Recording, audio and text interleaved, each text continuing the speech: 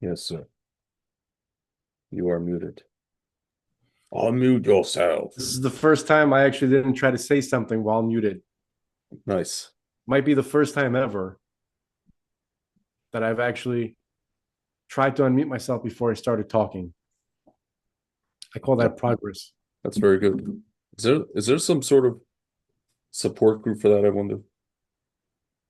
About People talk while muted before they unmute themselves? and the humiliation that comes along with that and how to deal with it. Something like that. Or, people who like jump the gun. I mean, I'm also one of them, like, yeah. Oh, Greg, it's called life. Everybody makes an ass out of themselves every day, I know. several times a Believe day. me. This is just another one of those I things. mean, you're telling me. I'm probably I'm like, let's say the king of something. Yeah, I'm like nobility of that.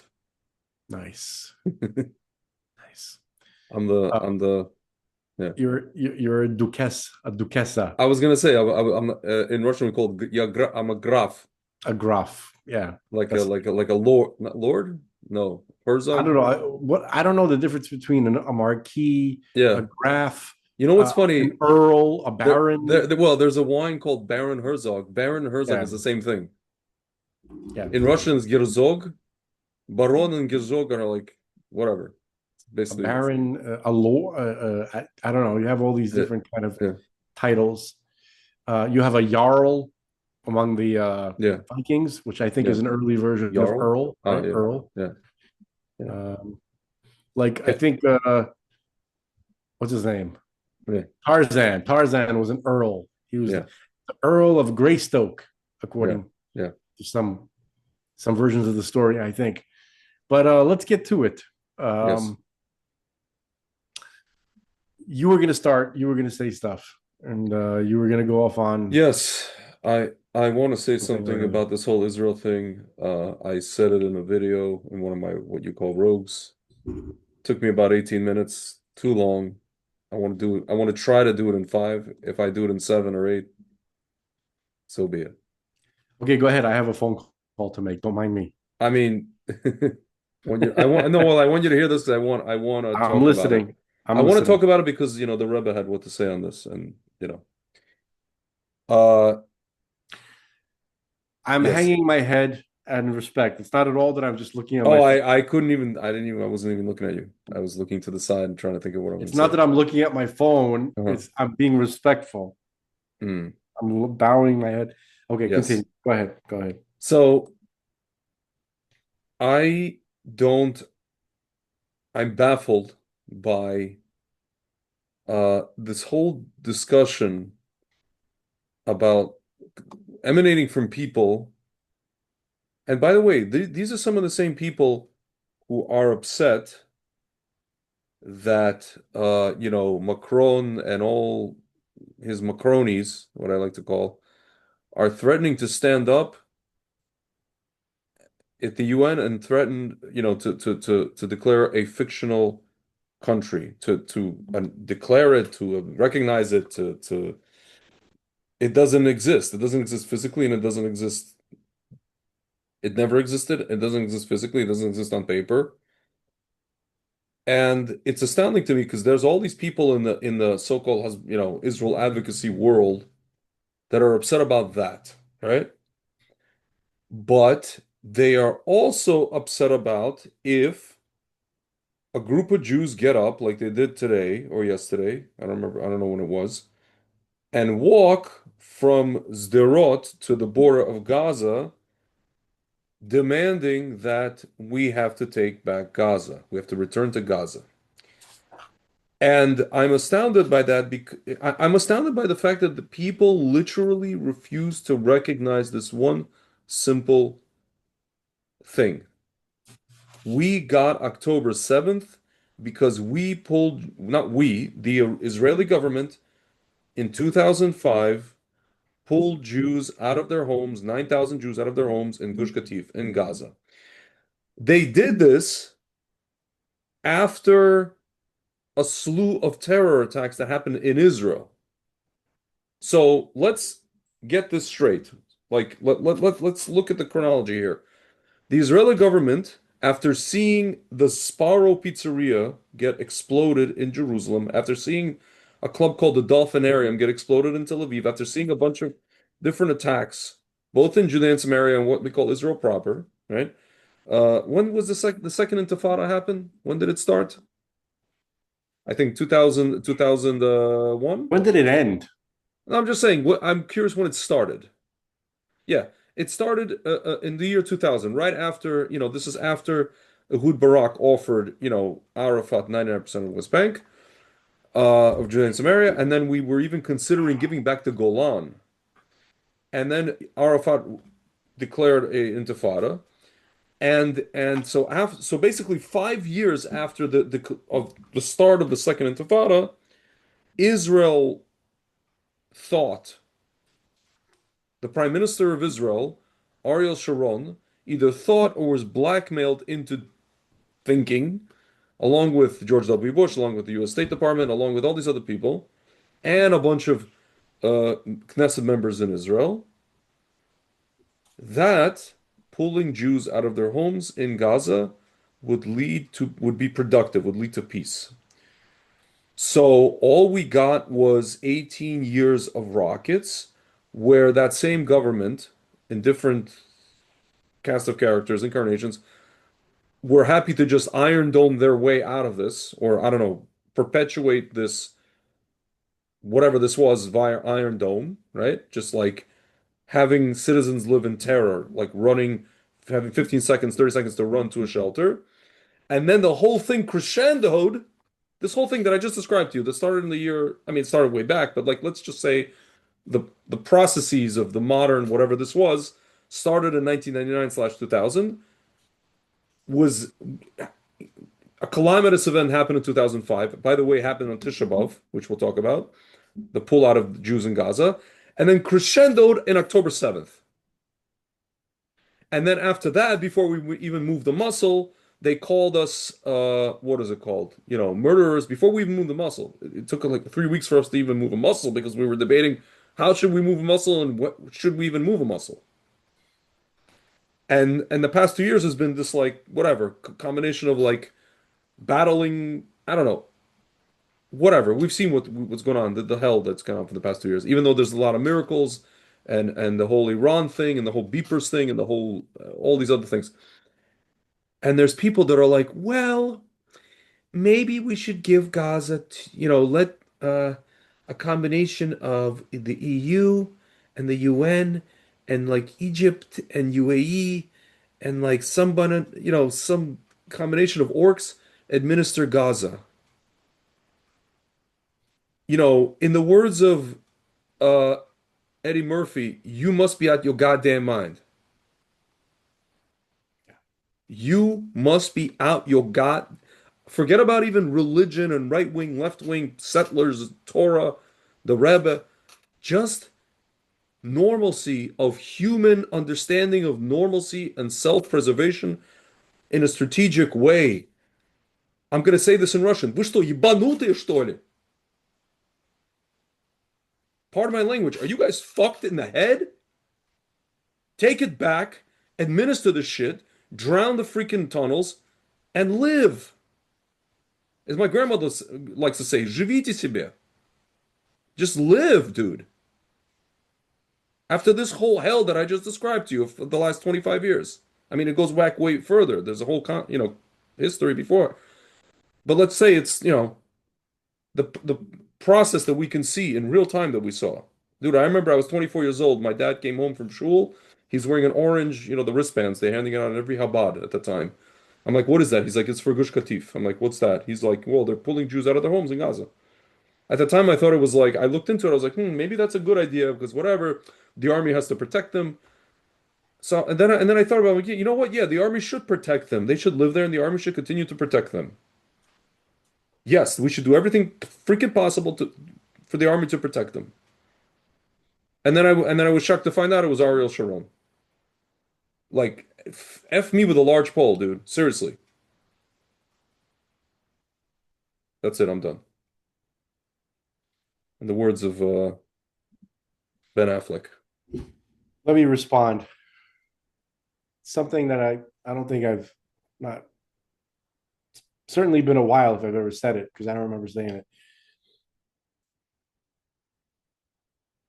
In order for people to do what needs to be done to just live, right? Like, to prevent, to do clearly the straightforward thing as to how to create a safe environment for people to live, right?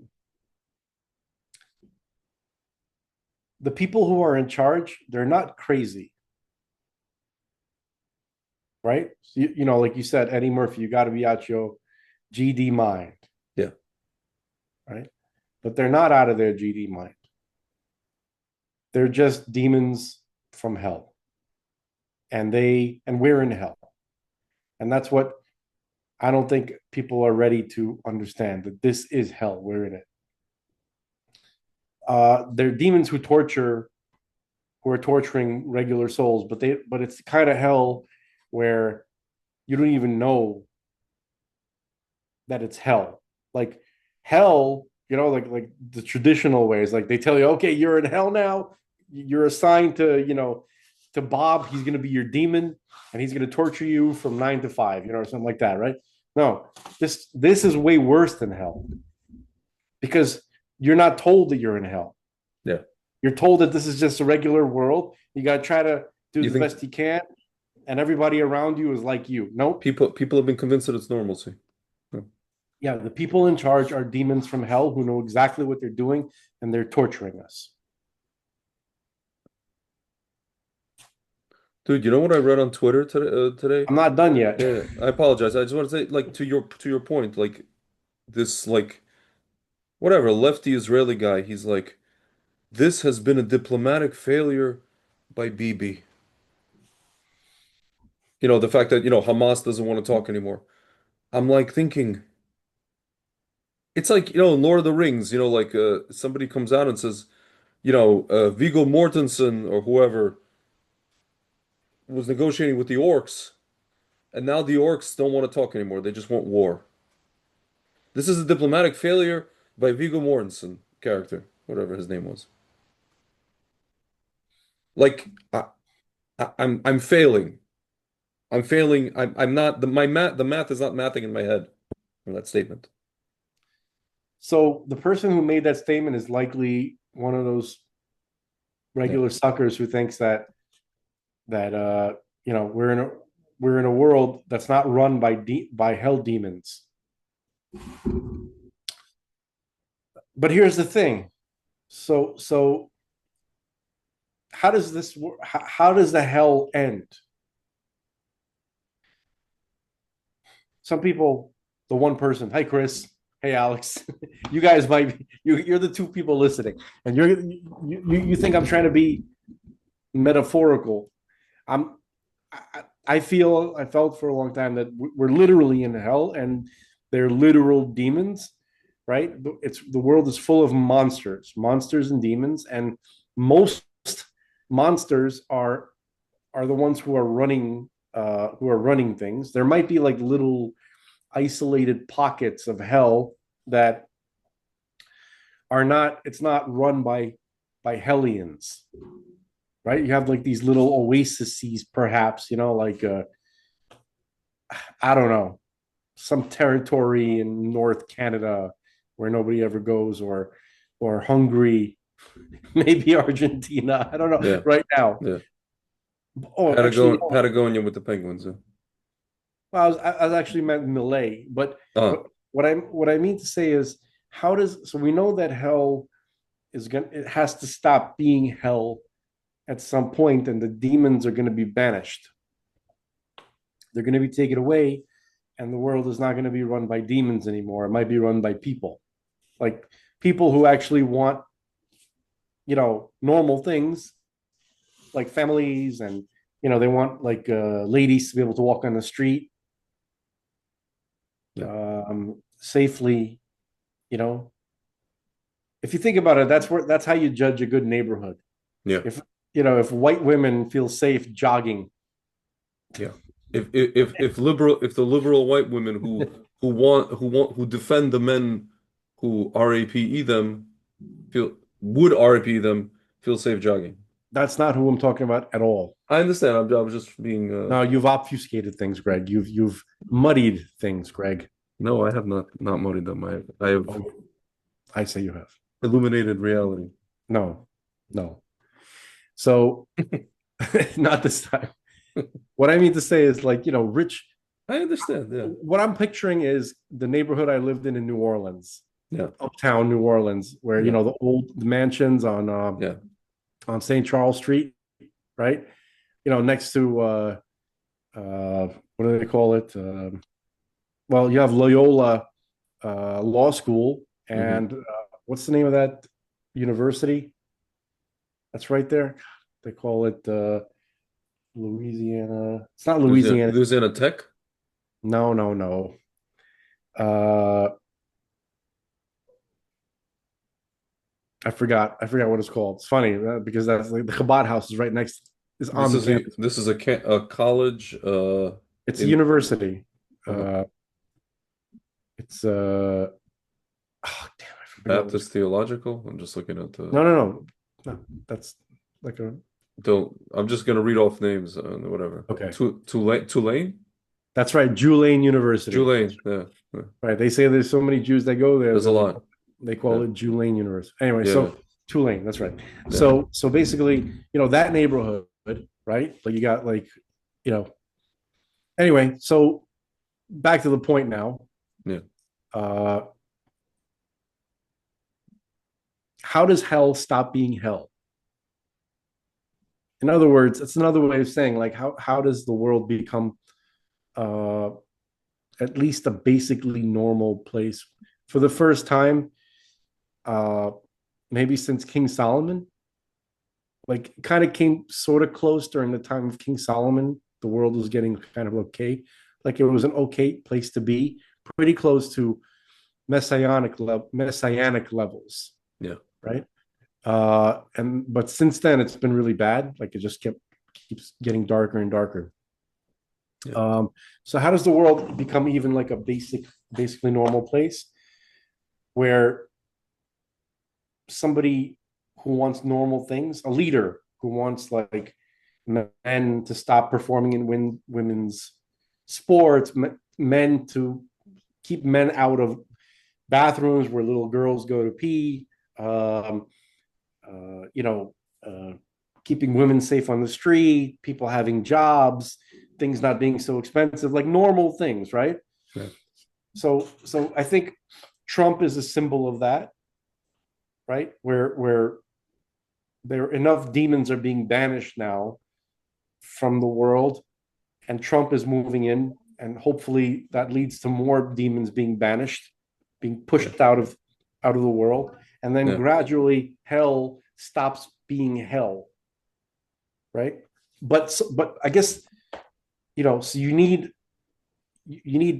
something to happen in order to allow for that, for a Trump to come in, right? So the ultimate person who's like that is Mashiach. Mashiach is the primary uh, leader who leads to a good and normal world. When people think Mashiach, they think like fancy stuff.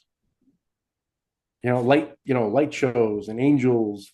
Kind of like you're walking down the street and all of a sudden there's like an Yeah. angel you're putting on a light show for you, and it's like, oh, like there's a chorus playing. No, no, no. Mashiach is basically someone who comes to make the world a basically normal place, but the whole world, right? And banish all the demons.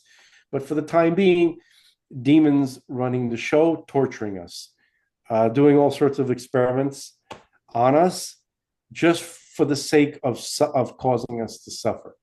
There's no other purpose. Everything they do, there's no end. There's no goal ultimately that they're trying to lead to, other than causing pain and suffering and torture, making us miserable, Yeah. and just creating a world of darkness. That's that's what they're doing. That's their Yeah. whatever. I don't want to say what gives them joy, because it's not. They can't. A demon can't They experience don't joy. they don't have joy. They just have like whatever gives it's like food almost. Whatever it is, yeah. That's all it is. It gives them some kind of, Right? what's incredible to me is that they managed to convince, like they managed to almost seemingly convince themselves that they are, that what they're doing is good. And even if they haven't convinced themselves that, they managed to convince us of that. Meaning a guy like Macron comes and says he can even come and say theoretically, in like kind of veiled language, that he could say, listen, I validate Israel's right to exist, but I also, want to give these peoples a state. He can genuinely come and say that, right? Uh, and this, because he wants to make himself either look like a person who is like like a humanist who values all quote unquote human life. He values Jewish life in Israel supposedly, and he values these Palestinians, and he thinks if they were to have a state, then all of this supposedly would stop. That's what he conveys. That's what he telegraphs. Like the bat signal. That's the signal that he telegraphs. And some people believe him. We don't believe him, right? Because we know who he is. Not only we don't believe him, but it's like we see that it's like a ruse, because you have these, people who just keep attacking us and attacking us and attacking us, and obviously we're just retaliating. Yes, and we retaliate with force, because that is what you're supposed to do. And so they get rewarded. It's funny, like the only time we've gotten rewarded with a state is when somebody attacked us, we retaliated, and then we just created a state, or we grafted more parts of land, well, physically at least, to our already existing state, right? And we just declared it. We didn't, yeah, the UN had a vote, blah, blah, blah, blah, blah. We were going to declare a state anyway. We didn't need the UN to rubber stamp our state, right? Ben Gurion, whoever got up and said, we declare independent, whatever. So we fight, like when we fight, right? When we win, that's when that's how people get countries. They don't get countries when you, F around and find out. then somebody kicks your ass. So then when somebody kicks your ass and there's like some kind of a weird ceasefire, and then some dude decides to give you a country. That's not how you get a country. You have to win a country. Yeah, they know that. You literally have to win a motherfucking country. Yeah, You, they know, Greg. They I know know that. they know. No, I'm just saying to the folks at home. Like I'm just reminding everybody. Yeah, You're not given a country because you raped whatever, and then whoever you raped, RAPE, retaliated against you, and then you're like, oh backsies, like that kind of shit. You know, uncle, you tap out. Oh, okay, here's a country. In no part of the world, in no, I don't know, parallel reality is that a thing. yeah. It's not a thing. They know it's not a thing. Yeah, They're demons. They're hell demons, yeah, and they know what they're doing. They're not. They're one dimensional, is what I'm trying to yeah, say. yeah, There's no story behind it. yeah, They don't have a point of view. They're not good yeah. people who just I went know, astray. I know. They're purely one dimensional evil creatures who are who enjoy causing as much suffering as they are allowed to cause, Yeah, right? And it's never been more obvious of what a demon is. Like the demons are fully exposed now in the world, right? yeah, It might have been more difficult to tell in the past because in the past they were yeah, more convincing. They're like, oh, they're not one dimensional. They yeah, convinced you that they weren't one dimensional. yeah, They convinced you that, oh, there's a conflict there, and the whole thing with Darth Vader, yeah, he lost his mom, and he was conned by the Emperor, and he has all this conflict inside. Yeah, he did a lot of bad stuff, but he met. None of that is true about the evil people of the world. yeah, They're one-dimensional, yeah, simple yeah, demons. They barely have a a layered existence. yeah, They're NPC. If you want to talk about NPC, yeah, Macron is an NPC. yeah, The new guy, Carney, is an NPC. yeah, Starmer, there's never been a more. That's what a demon is. yeah, It doesn't have a deep existence. It's it's a boring entity. It's a shallow, yeah, uh, boring, stupid thing. It's a stupid creature. It's the least interesting creature that there is. It's just kind of like it's child. It's I don't even want to use the word child, and yeah, but yeah. at best they can muster It's some like kind of infant. They're like infantile. Yeah, not they even. just like whatever they can like let's see what happens when you do this, and they're Yeah, like, yeah, oh, look at that, the lady got scared for a second, oh, that's fun, like yeah, they're that's what they are. They know what drives us crazy. They know that to do stuff that doesn't make any sense.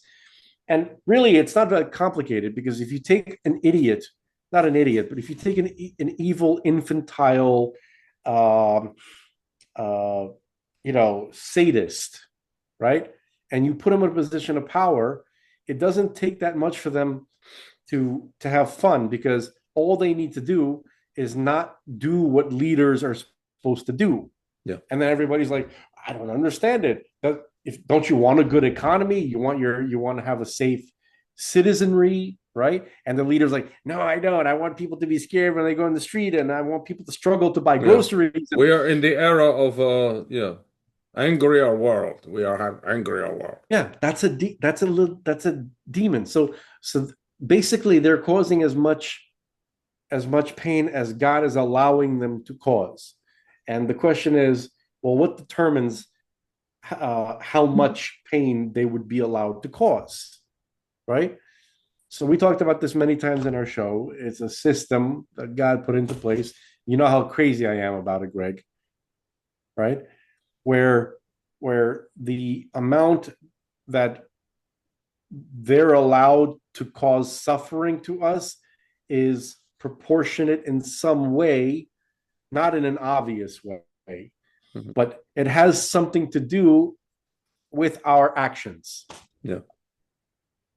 with our sins. Sir, I deeply apologize. My cat is outside and it started literally raining cats and dogs, and I would like to bring him in. We should speak about your cat a little bit later for a Yes, moment. we will speak about him. He should deserve to be spoken about. You go in and you let that cat in. You go, man. You go. Okay, I'm gonna wait to continue until our friend comes back to us.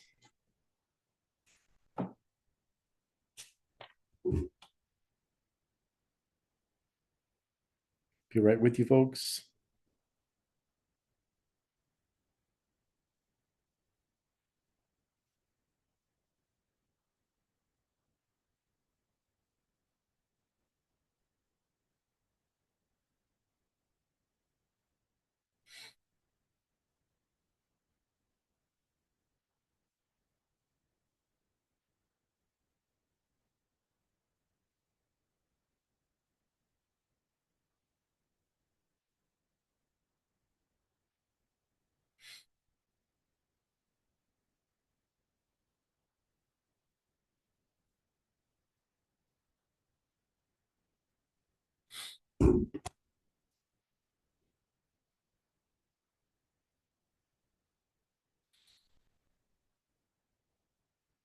This is taking a bit longer than I expected.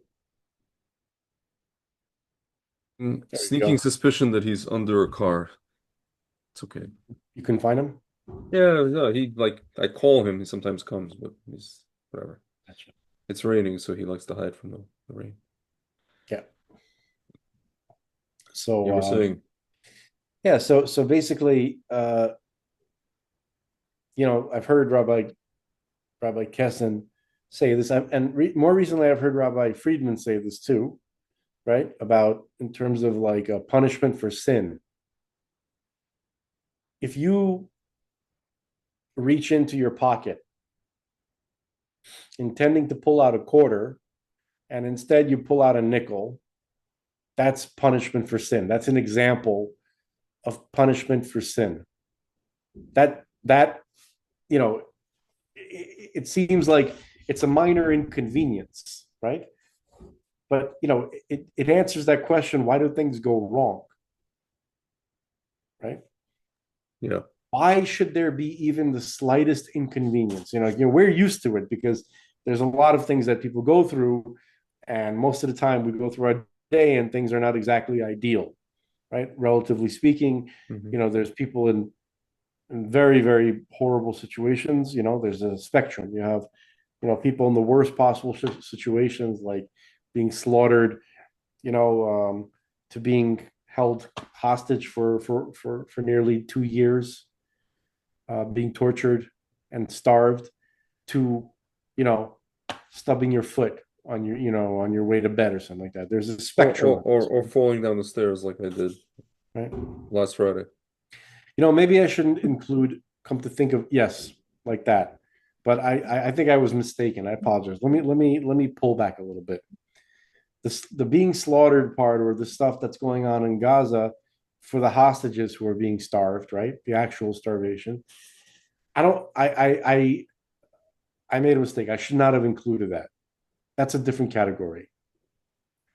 I'm talking about falling down the stairs and, like, Yeah, nailing your elbow, and you know stuff like that. Business doesn't work out. There's the spectrum. It could be yeah, very serious. Like, so that could be included in the category of punishment for sin, right? It could be something very minor, like reaching into your pocket, looking for a quarter, but instead pulling out a nickel, right?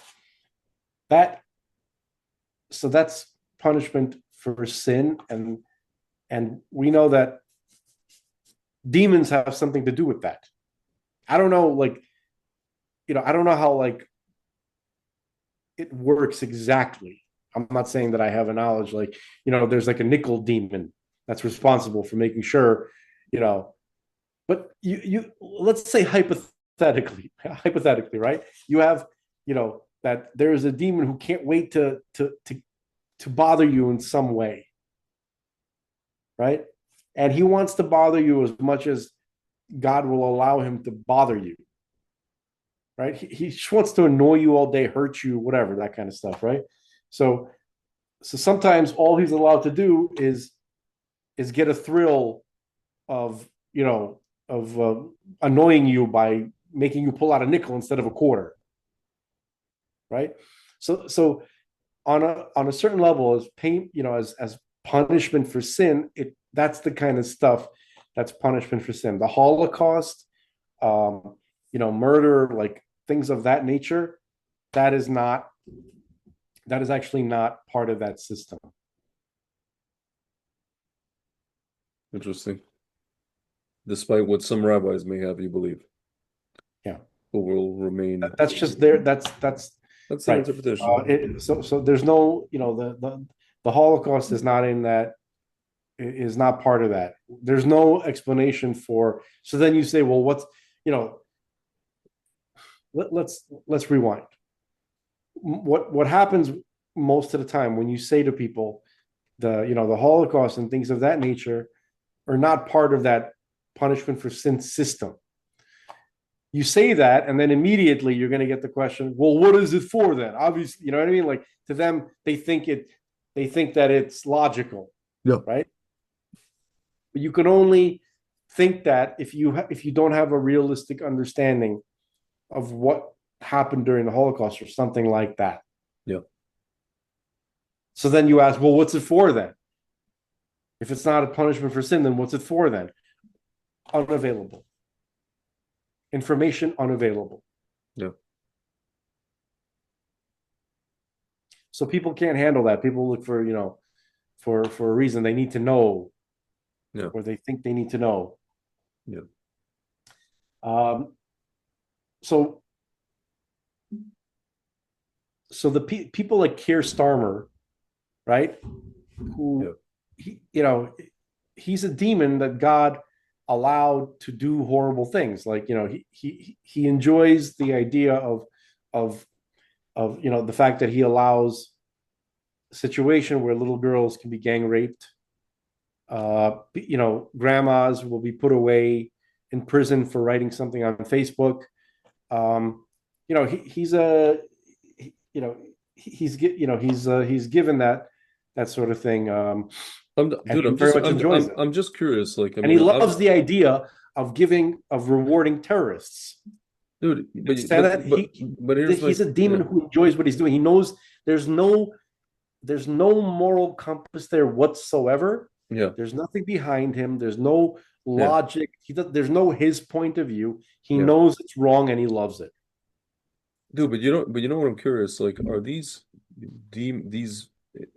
Is this like a thing where it's like a human that a demon enters him, like a human being is born and then the demon enters him, or this is a demon in human form that's born from, like they Yeah. have a mother and a father and a family and all this kind of thing. Yeah, I think that it could be Is it later in life, something happens? Like what? that kind. I don't know. I don't know the mechanics of it. It could be a demon controlling him.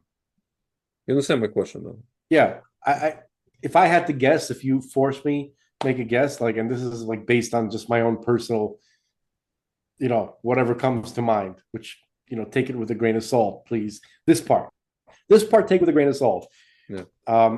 Is he a demon like that? It looks like a person, possibly, because they can appear certain ways if they want to for some period of time. I've heard that before, Right. right? A demon is like some kind of spiritual extra dimensional entity that can sometimes affect the way it appears. So that's one possibility. Okay. Another possibility is that he's a person who's controlled by a demon. Like, so completely that it's almost, he just acts as a tool for it. Like, he's not there anymore. Yeah. Okay. Like, his conscious reality is just simply being a puppet for a demon. That's possible. That's Yeah. possible. Yeah. In terms of like being possessed possessed by one, or having a body that's fully controlled by something else. I don't think a demon, I don't think that's possible for a demon. I think that's only possible for a dibuk. Yeah. A dibuk is a human soul, an evil human soul that enters another human being's body and can assume control over it. That's different. What I'm saying is some kind of external entity that has so much influence upon a person that it causes that essentially the person doesn't have free will anymore, and it just does the will of this demon that's either invisible or somehow is able to influence the person telepathically. Can you see the difference between all the different things that Yeah, I yeah, yeah, yeah, described? yeah, for sure. Okay. I'm trying to be clear, I'm not an expert by any means, but these are things that I've heard that exist in the tradition, in the Torah tradition. Okay. So I have no idea which one, Macron or Starmer. I'm okay with either, with it being whatever. They're literal demons that are just can appear as human beings. I that could be what they are. I it doesn't matter to me really how, what the details are of their existence. Effectually, the way they behave, it's all the same. Okay, there is no logic. There's no they're doing pure evil fully consciously and enjoying it, and they're doing as much evil as they are allowed to do. If they were to be allowed to, they would do all the evil, as bad as it gets, as bad as you possibly can, like like Hamas or the Gazans, right? That's an entire demon society. Now I don't know if they're literal demons. I Yeah, don't know if they're just NPCs that have their own demon, controlling. They don't have yeah, any free will. I yeah, don't know what it is. I don't care. Okay. There's no difference between Keir Starmer and yeah, Sinwar. yeah. There's no difference between So, Carney and Sinwar. and The government of England is Hamas. The government of France is Hamas. Canada. All of Western Europe, Canada, Australia is Hamas. Not the people, but the people who are controlling the government right now So here's of my those question. nations. Here's my question then. Yeah. Based on everything you just said, which I already knew, and you said today it's easier to detect these days, right? Yeah. If it's easier to detect, why are there still people who, like supposedly pro-Israel people, again, who they have a problem with these demons? No, listen, and then they come out and say, like today I heard this guy, you know that show Trigonometry? No. It's on YouTube, this British bunch of guys. They're pretty right wing, but then they had this guy on who's like a military guy, he's pro-Israel. And then he's Two British guys, yeah, I yeah, think, yeah. right? No, I think I've seen that. but they had a guest, and the guest is like he's pro-Israel, but he's just like, we have to stop Smotrich and Ben Gvir from saying these absurd things like, you know, we should remove all the Gazans from all the Arabs from Gaza. So it's like it's almost like this like I don't know what it is. It's like they want to be. Do people want to just be accepted by these demons? They don't recognize that they're demons. Yeah. They I don't know. It's just again, it goes back to what I said in the beginning, my rant. What's wrong with them? Yeah. They don't they're still That's what I was referring to. yeah, they don't understand what we're describing here. Uh, what we are blatantly, explicitly describing the reality of the world, and some people have never heard of such a thing. Some people can't imagine that they live in such a reality. Yeah. Um, and so that's what it is. there are people who think that the type of person you're describing thinks that there's some inner conflict within Keir Starmer. Yeah. Like if only he would Or see yeah. what Hamas really does, then he Yeah. wouldn't be like this or like that, Yeah. right? So that's where But that it's not only that. Why my greater or grander question is why are many of the pro-Israel people uh you know they don't want the Jews to get Gaza back and or they deride anybody who does want that. What do they I'm just asking a question for the audience, anybody who's going to watch this. What do you actually think is going to happen? You think that it's good for, I don't know, let's just say UAE and the UN and the EU and Egypt and whoever else to administer. You think that that's a good thing? Why would it be a bad thing? And let me ask a question conversely. Why would it be bad? What would be bad about us having Gaza? Forget about Torah, right wing, left wing, settlers, blah blah blah blah blah blah blah. What would be bad about it from just a strategic, normal human being perspective? I'm not asking this question of demons. I'm asking this question of people who are like well, let me who don't like demons. okay. So again, the people you're describing, whether again you're just listen to me and don't. I Yeah, know what you're going to say. yeah, The people you're describing think that they live by the blessing of the world. They think that their existence is tolerated and permitted by by the governments of the nations of the world, and by their tolerance. Okay, so they feel that Gaza is so Arabic, right? That it's 1 second. Hello, 1 second. I have a visitor. Just a moment.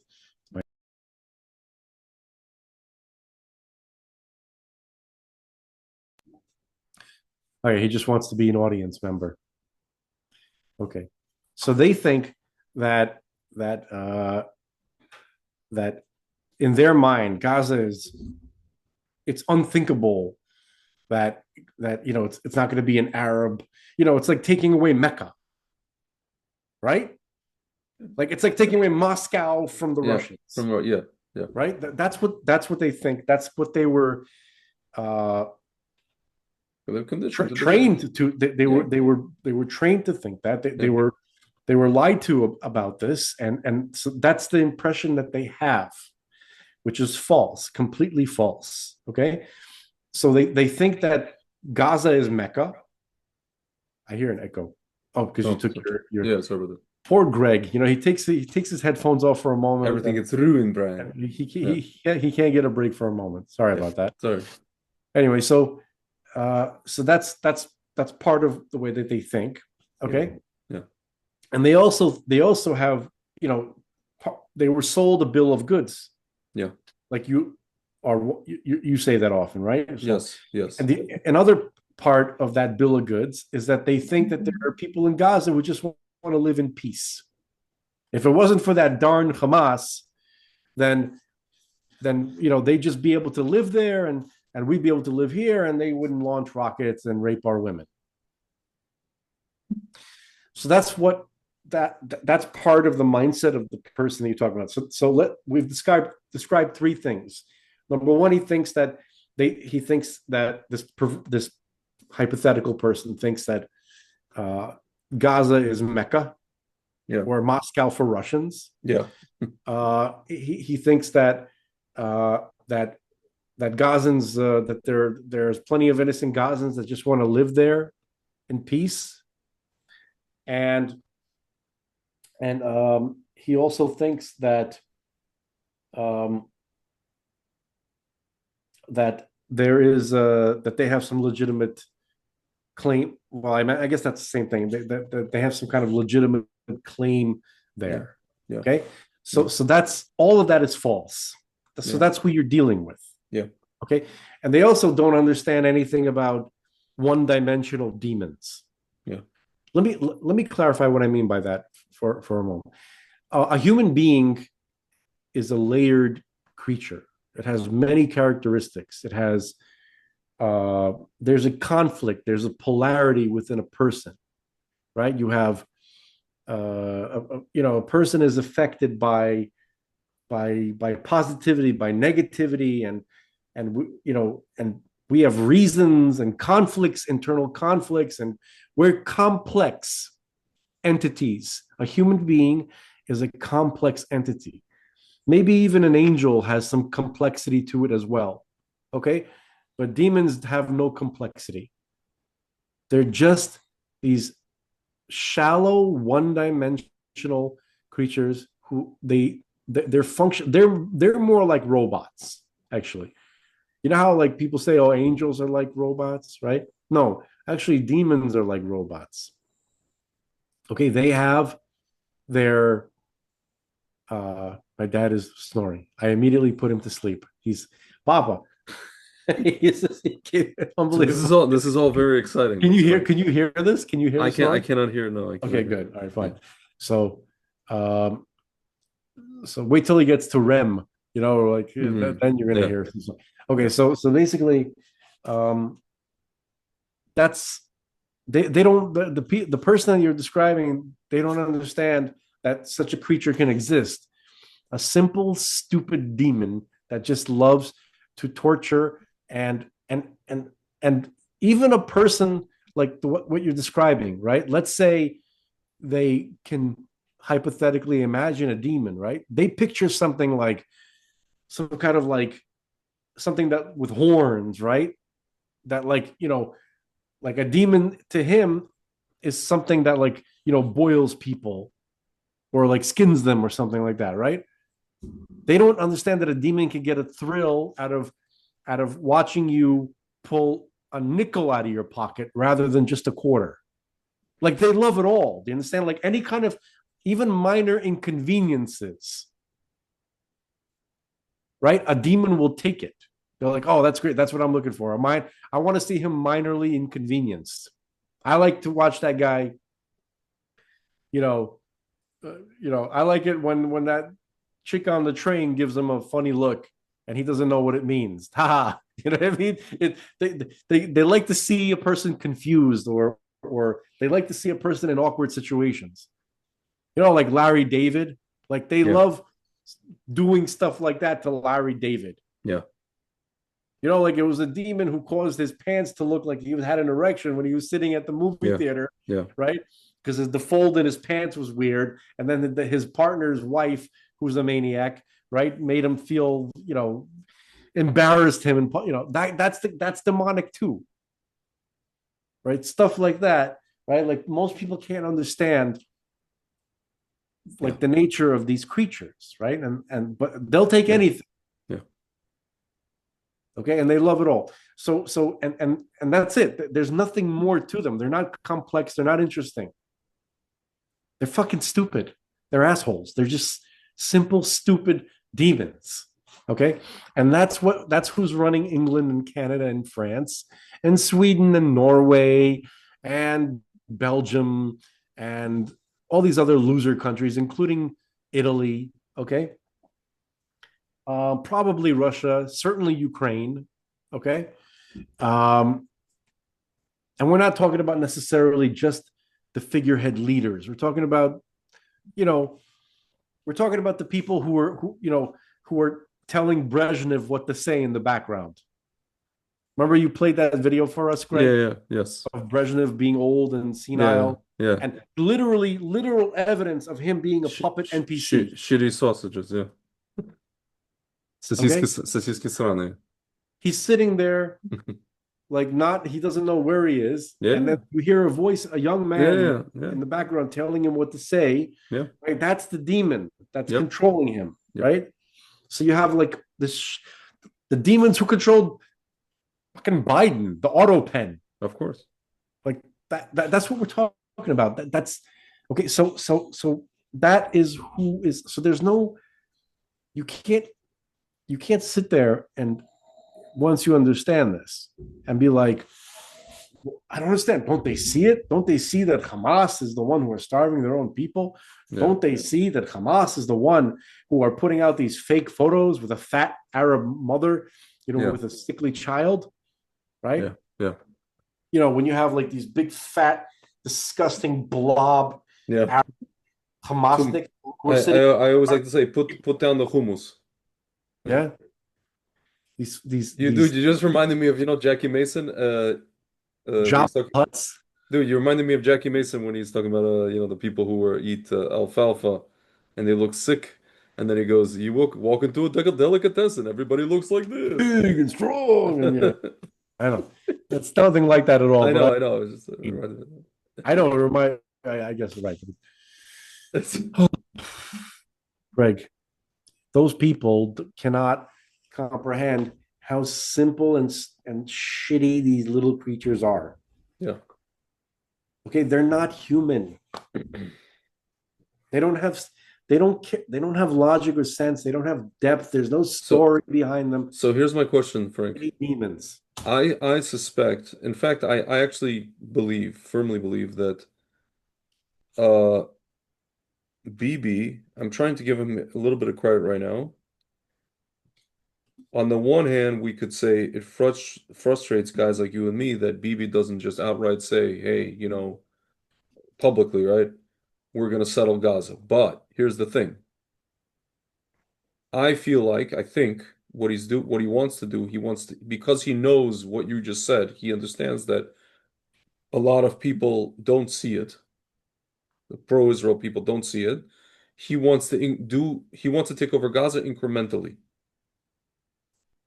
He wants to start with, like, he even announced we're gonna annex the buffer zone, and then what's gonna happen is it's just gonna be increments because we're just gonna say, oh, we need this for military, we need this for we need this next area for for this, we need this next area for that. Next thing you know, we will have annexed the whole thing. These people are gonna go where they're gonna go. All these. It's interesting because I feel like these so-called demons, ironically, are at least Macron, I don't know about anybody, I think Canada also, we're going to take a lot of these people, right? They're going to just end up taking them. They will end up taking them. They'll turn their countries into caliphates because they They want already are. to. No, they are, but they're gonna like officially, like they're gonna even more and more and more. Yeah, As yeah. Dr. Evil would say, more for the Nazi, more. And and that's it. And then that's it. It'll be ours eventually. Question is, how long is it gonna take? Uh, and that's it. And then we'll just, we'll figure out this whole thing with the tunnels, and then we'll just resettle it. That's what I suspect BB's doing because BB understands what you just said. He understands that that's the case, and he understands the only way to kind of do it is without getting too much screaming in the ear from so-called pro-Israel people who feel uncomfortable about it. You know? Okay. Let me let me try to like just talk about this whole thing that you just said. Yeah, BB, whether or not BB knows. yeah, I'm not sure he understands it. The spiritual reality of what's going on here. I I don't know how much he's aware of it. Okay, that's number one. That's hypothetically saying that he's not. That's entertaining the possibility that he's not one of them. And I'm inclined to think he's not a demon for only one reason, because of the conversations that the Rebbe had with him. Because the Rebbe wouldn't tell a demon to do, he wouldn't ask a demon to do what he asked Bibi to do. So the Rebbe saw something in him, and I don't think that Bibi is a demon. I think that maybe he is controlled sometimes by something like that to some extent. Not all the time, not necessarily the same intensity, when he is, meaning like you know what I mean? Like there's always like, okay, there's a demon controlling what Yeah. you're doing or Hmm. influencing you. Yeah. How much? Yeah. Long? To what extent? You know, I don't think Yeah. it's like Yeah. it's I don't think it's like just It's not linear. Yeah. it's not linear. Okay. That's if you apply that to a regular person. Yeah. He has another layer to him, Yeah. which is he's a world leader. Correct. And that's how we know. Yeah. And we know, and from the Torah tradition, that Hmm. world leaders have even less free will than the Yeah. average person, It's automatically reduced once they become right? yeah. They essentially are more puppets. They're more. They act more like puppets Yeah. for God's will. Spiritual Uh, forces. Yeah. yeah. So it's not. It's very difficult to determine what caused a leader to Yeah. do one thing or another. Okay, Yeah. and it's But very by the way, yeah. dude, can I just say, you know how it's funny, you know how I know that's true, what the Torah says really?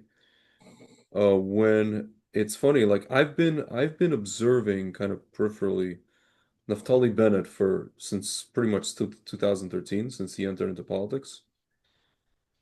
And I notice how he is, just his behavior, his body language, his how he talks, how he was when he was just either like in a certain, let's say, kind of not menial, but certain lower position in the government. And then I noticed how he was when he was the prime minister. Dude, I remember it was during COVID, and literally all my friends who were like, tapped in spiritually, including myself, I saw it too. And I think you also mentioned everybody was looking at him like he looked like he had like, like black eyes. Like when a cat, the pupils dilate completely. And then when he stopped being prime minister, it's almost like he snapped out of it. Went back to like normal, somewhat human state, you know? Uh like he was running to form a coalition, and then actually he basically, in order to become prime minister, he made a coalition with, the Arab guy, Mansour Abbas, and then he gave like the Bedouins like bazillions of dollars to develop whatever, something in the Negev, their communities. And everybody was just like, what the hell? The guy has a kippah. Speaking of kippas, like, well, what's up? Right? It doesn't mean anything, right? But like we were just shocked. We were just like, hello. It does mean something. It should It mean no, something. it means so. I'm saying it in this case, it clearly did not. And I realized, wow, it's true what they say. The guy, something, it's like invasion of the body snatchers.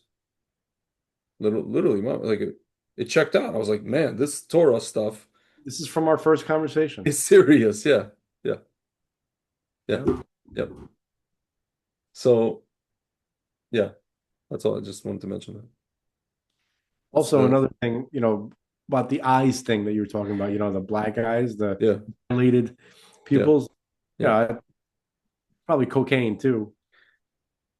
You It's know, whatever it was, man. We were all just like, I remember he was like, of course this is COVID, so like he's one of the people who was like for this, and he was just like, yeah, and it was, the Delta variant was out there. He's like, you know, people are shooting their fellow citizens with guns that have Delta bullets in them. So then I just made a whole thing, like Delta Force, and he just turned everybody into like us, like me, like into like a pariah. Like he really went at people. It was crazy. And he was only the prime minister for a year and a half. They did this whole what do they call it? Rotation thing, him and Lapid. 1.5 years, 1.5, 3 year combined. Like some real stuff, man. It's not a joke. So it makes me wonder about Bibi. Like it almost seems like Bibi, again, like you said, it's to a lesser degree with him for various reasons. And it seems like what's his name? The Rebbe probably saw that. Like he saw that, Like you always yeah. say, when that there was those videos of Bibi meeting him, and the Rebbe saw that like that Bibi had the tendency to fall into that, so he would like kind of nicely hold his feet to the fire in these meetings, and he would say like, he would say, well, you need to do stuff to bring Mashiach, and then the Bibi was like, we're doing, and then the Reb is like, clearly you're not doing enough. This is like on tape. He's like, you're not, you're literally looked him in the eye, and then Bibi's just like petrified. He's just looking at him like like you said, a parent looking at a little kid, like, waving his finger, and the kid's like, I know, okay, I know, okay, Dad, you know. It's possible. Look, I'm going to paint uh, a possibility. Okay, let's. This is informed speculation. Let's say every leader in the world right now, right, is controlled by a demon. So, so, so why? So including Netanyahu. Okay, so especially while they're leaders. So the question is, why would the Rebbe tell Netanyahu something? Because he's obviously saw something in Netanyahu, some kind of potential where the Rebbe might be like, nah, this guy, he could rip away from his demon for maybe for like an hour, in his entire life. And in that hour, he can do something really monumental. He can do something that really needs to be done, right? That will actually benefit Israel and the world, right? Something like that. Okay, maybe not an hour, maybe a few hours, maybe some key moments, right? Where the Rebbe's like, I see there's something in him where he's not a regular one of these guys who's completely controlled by their demon. But this guy has enough strength or something interesting inside of him that can get him to rip away from it long enough to do some good, something, maybe one good thing in his entire political career, right?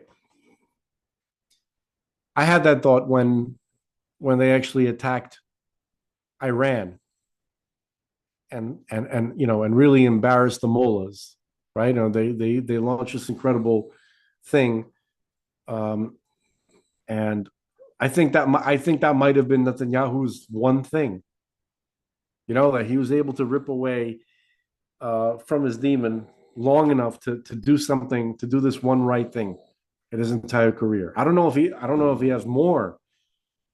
I don't know what the Rebbe was able to see. I don't know what Netanyahu is meant to accomplish, or what he can potentially accomplish. He's still there, right? To our chagrin and to our shock, because of COVID, we saw what he did during COVID, right? That was obviously an embarrassing, horrible, By the way, horrific I can nightmare. hear the background. You can't hear my dad, right? Yeah, yeah, now I Oh, can hear. okay. So let me hold on a second. I have to. This is It's all good, man. This is gonna be one of the memorable moments of this show, folks. This is the Abba of the late great Dr. Zelenko, and we are trying to figure figure things out. Baruch Hashem.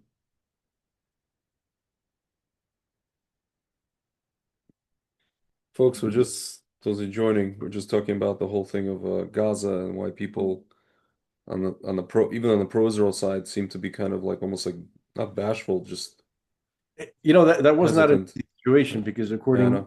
according to halacha, Yeah. Jewish law, I'm not really technically allowed to wake up my dad. Oh, interesting. You have to be really careful when Sure. when your parents are Yeah. sleeping, or Yeah, you don't yeah. want and you It's got a to whole be thing. Yeah. delicate in that situation. My dad, he's not too angry. He's smiling at me right now, so I'm off. So maybe I'm off the hook. Baruch Okay. Hashem. Baruch Hashem. Um, Tell him that we're talking about how we're gonna take over Gaza. Maybe that'll make him happy. well, I think he'll be happy when he sees it rather than he's Yeah. Yeah. so so. Uh, so in terms of Netanyahu, obviously he's not your garden variety, you know, leader who's controlled by a demon. He's Yeah. he's your leader who's controlled by a demon, but who can rip away from the demon for a couple of moments, or one key moment. not like the rest of those guys who are just they're NPCs. Maybe I will go as far as saying Netanyahu, perhaps not an NPC. What do you think? That's I as I can get, Greg. he doesn't, yeah, he doesn't strike me as an NPC. He's Like not an I literally think that he, you know, it's interesting you mentioned he wrote the whole thing with Iran and that he did, you know, did that, and you remember who visited him right before that, the day before, and this whole, and they gave him a, you know, I think who he gave him, Bibi gave him, or he or Milei Malay gave him. gave him a thing of the Rebbe. It's almost if he knew that, you know, Bibi's about to embark on this thing, this mission, and he this is what was what was necessary. It's Dude, like, imagine Malay yeah. as Mashiach. Like he fit the version, and then he's like, all right, I'm Mashiach. That's it. Well, you know what's funny? You know what's funny when he was campaigning to He become the looks like prime a lion, minister. he's like, Dude, can you imagine? Think about, you know what I always think about? Remember when he was campaigning to be to be the president of Argentina, and he went on television over there. For those who didn't see, and he was just like, mierda, you know, like social communist socialist, don't give them a shit. millimeter. And dude, his face, he looked, speaking of, he kind of looked like a, I would call him like a good demon. I don't know. He No, he looked looks like a lion. he looked like a, well, he looked like a, just, he was very angry, and people were Yeah. trying to construe him as like this psycho, angry, evil person, when in reality he's just a human who has an angry, natural, normal reaction to demons, to the Yeah. policies of That's demons. that's how you should. That's what your face Yeah, should look that's like. what, and it's like Demons, right? that's, Yeah. and then that's the thing about demons. They're good at getting that reaction from us, and when they get that reaction, they can construe us as the bad guys. I mean, it's really narcissists. That's what they do. That's what they're good at. You know, dude. But I guess that reaction of his made him popular because I guess there's enough people in Argentina that feel, you know, that feel the same way. They're tired of over the years, you know, you have like this like it's either like military junta or, you know, that stomps out the communists, or it's the communists, and it's, you know, like back and forth already for like 100 years like that, more. Yeah. And people are just like, you know, maybe he's right. He's an economics professor. Maybe what he's saying is true. And yes, we feel like, you know, what is it? What's that thing? There was a comedy. Who was the comedian? He's talking about how he got into the elevator with Jack Nicholson, and Jack Nicholson's like, it's like, you look how I feel. What's that? That's Jim Brewer. Jim Brewer. Yeah, he's like, man. Nicholson looked at Jim Brewer. He's like, you look, because he was like tanked out of his mind. He's like, That you story. look how I feel. So basically, Millet looked like how everybody feels Yeah. in Yeah. Argentina. Yeah. I that's my second favorite Brewer story. My favorite Brewer story is with John Lovitz, Yeah. where John Lovitz, he walks out of Saturday Night Live with his arm around two women Yeah, yeah, or whatever, and yeah, he turns around and goes, jealous. yeah. John Lovitz probably had the. He's also one of these guys that like most of what he is delivery. Yeah. You know, like kind of like Norm Macdonald. Kind of right wing too, like Yeah, he's yeah, yeah. Kind of like normal guy. Yeah, man. So that's why I think, you know, it's almost like Milei came there to remind Bibi, hey man, remember that guy that told you all that stuff, you know, 40 years ago? Not 30, like 40. And you met him a few times and he told you all that stuff. I just want to remind you of that stuff. And by the way, he's not just some guy, he's actually your general. Like he's the general of the IDF. You're just carrying out his orders. So when you go into battle, you know, it's like, you know, they hang up pictures of Napoleon Lahavdil. Hang up his picture. That's, you know, General Schneerson. Okay, now you can go and bomb Iran. Now you're clear for takeoff. I think that's what happened. And you I know don't know. Yeah. Today's going to be a little bit of a shorter episode because It's all good. we started out late, and I It's want it's it to be it's finished by. short. It's short and powerful, Yeah, I think. let's make it a little more powerful with the last, hopefully half an hour. Yeah. Yeah. And I wanted to I wanted to make everybody believe that the Rebbe is Mashiach with this last part. And that's where the show, dude, either the show is gonna take off into the stratosphere and break every algorithm and break every shadow ban that we have, or Well, I'm being blacklisted. I'm being facetious. I know, I'm I'm using kidding. a little bit of shtick. Yeah, What I do want to show yeah, is, if you please, yeah, open, if you can open, can you open Safari yeah. and go to Talmud? Oh, Talmud. Go to the You Talmud, hear that, Candace? We're going to the Talmud. Candace. What is it called? She interviewed, that's a whole other conversation. Dude, she interviewed Harvey Weinstein in prison. Oh yeah, he said. By the way, he said that Qatar bought his companies. Qatar and Saudi, and she's just like, alrighty then. Dude, I spent like half the not Dude, did half. you see this comedian who said in Israel, this guy, Argentinian Jewish guy in Israel, he's like, yeah, how do we know that Qatar and Saudi bought all of Hollywood? Because the movies suck. He's like, yeah, the Jews used to run, yeah, we used to run Hollywood, and the movies he's like, all those awesome movies in the 70s and 80s and 90s. Who do you think made them? We did. Why do they everything sucks today? Because it's all China and Saudi and Qatar. Yeah, Boom. dude, the entire woke right Yeah. movement is 100% Qatari. Yeah, yeah, yeah. It's literally 100%. They're all. Yeah. That's not what I wanted to talk about. What I Harvey wanted to, Weinstein, he was whatever, sorry. no, Continue. but basically, the highlight is that she thought he was going to say the Jews run Yeah, Hollywood. yeah, Actually, yeah. Yeah. Qatari bought my company. Yes. Qatari Yes. is like, yeah. Uh, So, Talmud, where am I so going? go to Sanhedrin, please. One second. Uh, Sanhedrin is in said there. It goes by Siddhar, the Mishnah Siddharim here. Yeah, you'll find it. Scroll down. Wow, this is commentaries. One second. Zerayim. By the way, I'm going to read just something from the prophet Zechariah while you're Found looking. Okay, it, found it. Okay, yeah, no, I found it. page 98b. Okay, I'm going to read two verses from Zechariah. 98b. I saw a headline today that said that the EU Uh-huh. leader or the prime minister of Sweden, something like that, Uh-huh.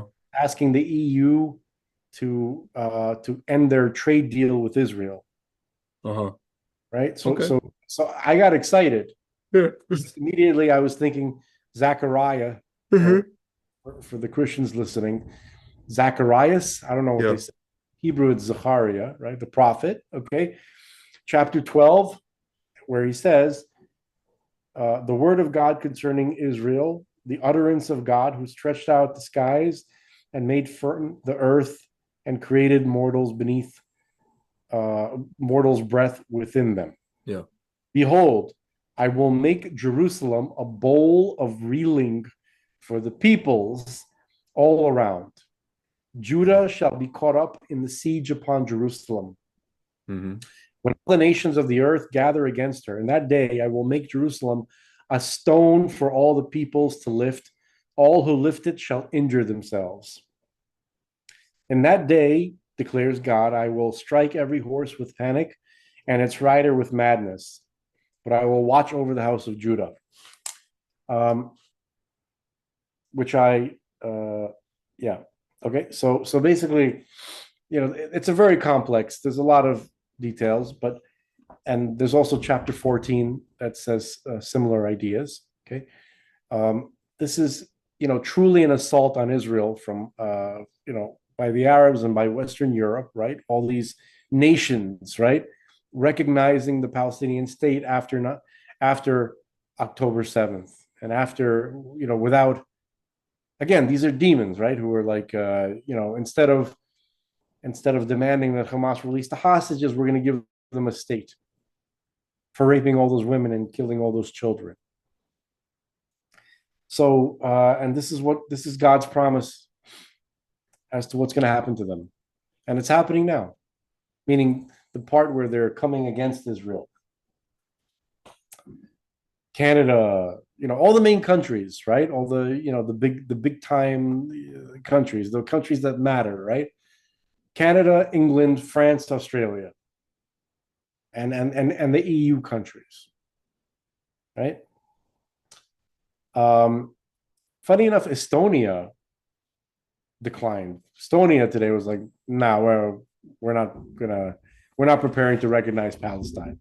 That's basically all they said. But okay, so Sanhedrin, let me find it myself.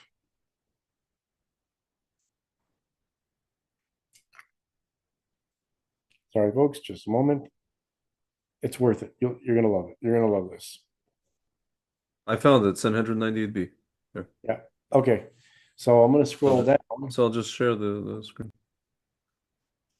I just want to find the part For all you groypers, this is the real actual Talmud. yeah, I'm not a fan of the translation sucks. No, no, I understand. These are like relatively speaking the best translations that This is Koren, this is the Steinsaltz, Rabbi Steinsaltz.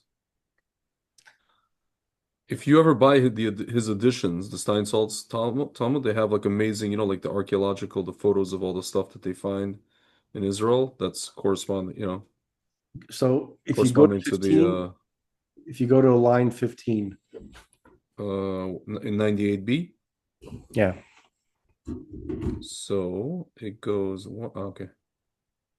It says the thing where it says basically this Rav Nachman says if the Messiah is among this whole thing. Yeah. Let me read it in the Aramaic. Yes. Omar Rav Nachman. Mm-hmm. Oh, Rav Nachman, he said, or yeah. Nachman said, yeah. I min chayaya, who, this is Aramaic now, yeah. if from the living he is, yeah. the Messiah, right? Yeah. Kigon ana, something like me. Yeah. The Messiah will be someone like me, meaning yeah. A known leader. Yeah. Right? Rav Nachman was one of the, if not the primary, the leader of the Jewish people of his time, right? Yeah. And then he continues Shanamar, and he cites a verse. Yeah. V'haya adiro mimenu umoshlo. Yeah. Mikirbo yatsa. Right. It's from Jeremiah, chapter 30, verse 21, where it says, "And their prince shall be of themselves, and their governor shall proceed from their midst," meaning someone recognized, someone known. Yeah. Someone in the position. Yeah. Okay. The prince, and that's a reference to the Messiah. Okay. Omar Rav. This is another rabbi. Yeah. First, everything we just heard came from Rav Nachman. Now there's this other rabbi. His name is Rav. Okay. Mm-hmm. And he writes, I'll just say it in English. If from the living he is, someone be like Rabbeinu HaKodesh. Yeah. He's going to be someone like Rabbi Yehuda Hanasi, Rabbi Judah the Prince. Yeah. Rabbi Judah the Prince is the one who compiled the Mishnah. Yeah. Okay. Yeah. He was good friends with Marcus Aurelius Antoninus. He's the one that wrote down the because it wasn't supposed to be originally. Right. He compiled. It was the oral Torah passed down from mouth to mouth, and then it was going to be lost because of the the dispersion, the exile, and he just was like, okay, we need to write this down. That's why we even have a Talmud, written Talmud, because of him. Yeah, Talmud. We're not allowed. It could only be written in the worst possible scenario, and that scenario occurred. Yeah, that's why we need. So basically, to preserve the knowledge. Okay. Yeah. So basically, Rav, this other rabbi, is saying if Mashiach is from somebody who's alive, then he's going to be like Rabbeinu HaKodesh, like Rabbi Judah Prince. And then he continues. Rav continues. He says, if from the dead, he'll be someone like Daniel, the prophet Daniel, the book of Daniel, the person described in the Yeah. book of Daniel. Yeah. Okay. Can you scroll down a little bit further? Yeah. Rabbi Yehuda says, Rav says, the Holy One, blessed be He, is destined to establish another David for the Jewish people as the Messiah, as it is stated, and they shall serve. Okay, so just go back to that one thing, and there's a lot of Yeah. writing about it. There's commentary on it, and Rashi says it's not these people specifically. Rashi is our main commentator, our main transmitter of the tradition. He basically explains the Talmud, explains the Hebrew scripture. He really brings the majority of the Jewish tradition to the Jewish people. Okay, so and he's later, he lived 1,000 years after the gentleman that we're reading about here. Okay, this is from 2,000 years ago. Okay, and so I'm saying this is only really important for the Jewish people who are listening, right? Those who have some familiarity with Torah. It's not, it is a legitimate kosher point of view. Okay? If a Yeah. person Yeah. believes that Mashiach Yeah. can come from somebody who passed away, And somebody who resurrects. Yeah, correct. and somebody who can resurrect. Yeah. Okay, in Judaism, that is a legitimate, kosher, Yeah. acceptable viewpoint, Yeah. and we see it here. Yeah. Okay, that it was not a controversial thing at all, Yeah. right? For the rabbis who compiled and who were responsible for transmitting our tradition to us. Okay, that's never been a non-Jewish thing. It's never been a Christian thing. It's never been Yeah. anything. That's a Jewish thing. What's not Jewish, Yeah. right, from the Christian thing is that a man can be God or a Yeah. man. So the Christians That's believe why we don't believe Messiah it's came, specifically JC. Yeah. right? That is specifically JC, and Yeah. that he was God, Yeah. and that he fulfilled, you know, uh, the the role of the Messiah. None of that is true. Yeah. Okay, so according to regular, completely Orthodox, Normative. Yeah. traditional, normal Judaism, it Yeah. is not controversial to believe that Mashiach can be someone who will resurrect. I think the That reason that it became controversial is because of the whole your JC thing. That's because it. of It got muddled. It got Orthodox muddled. Jews are scared that Yeah. it might seem Yeah. Christian.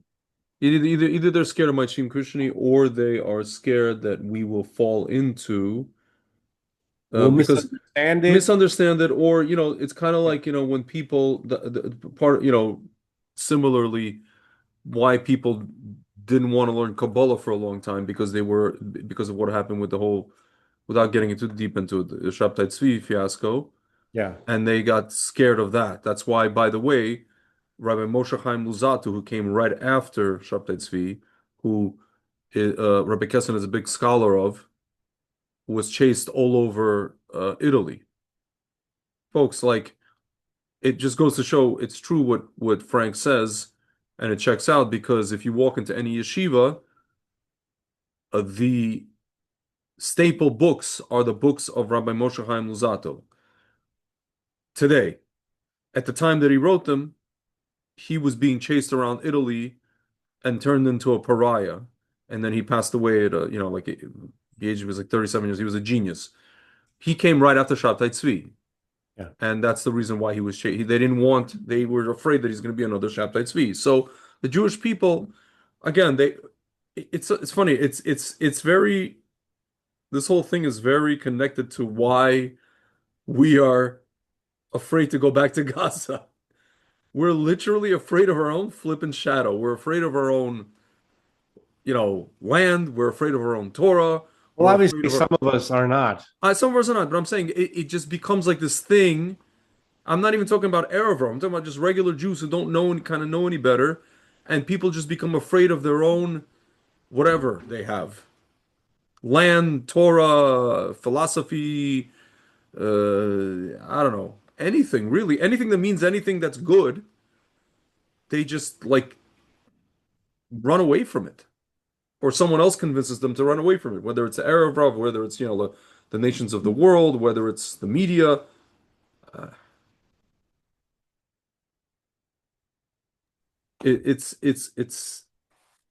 I'm noticing this pattern, since I became more and more active with the whole Torah scene, I guess you could say, or just the Jewish community.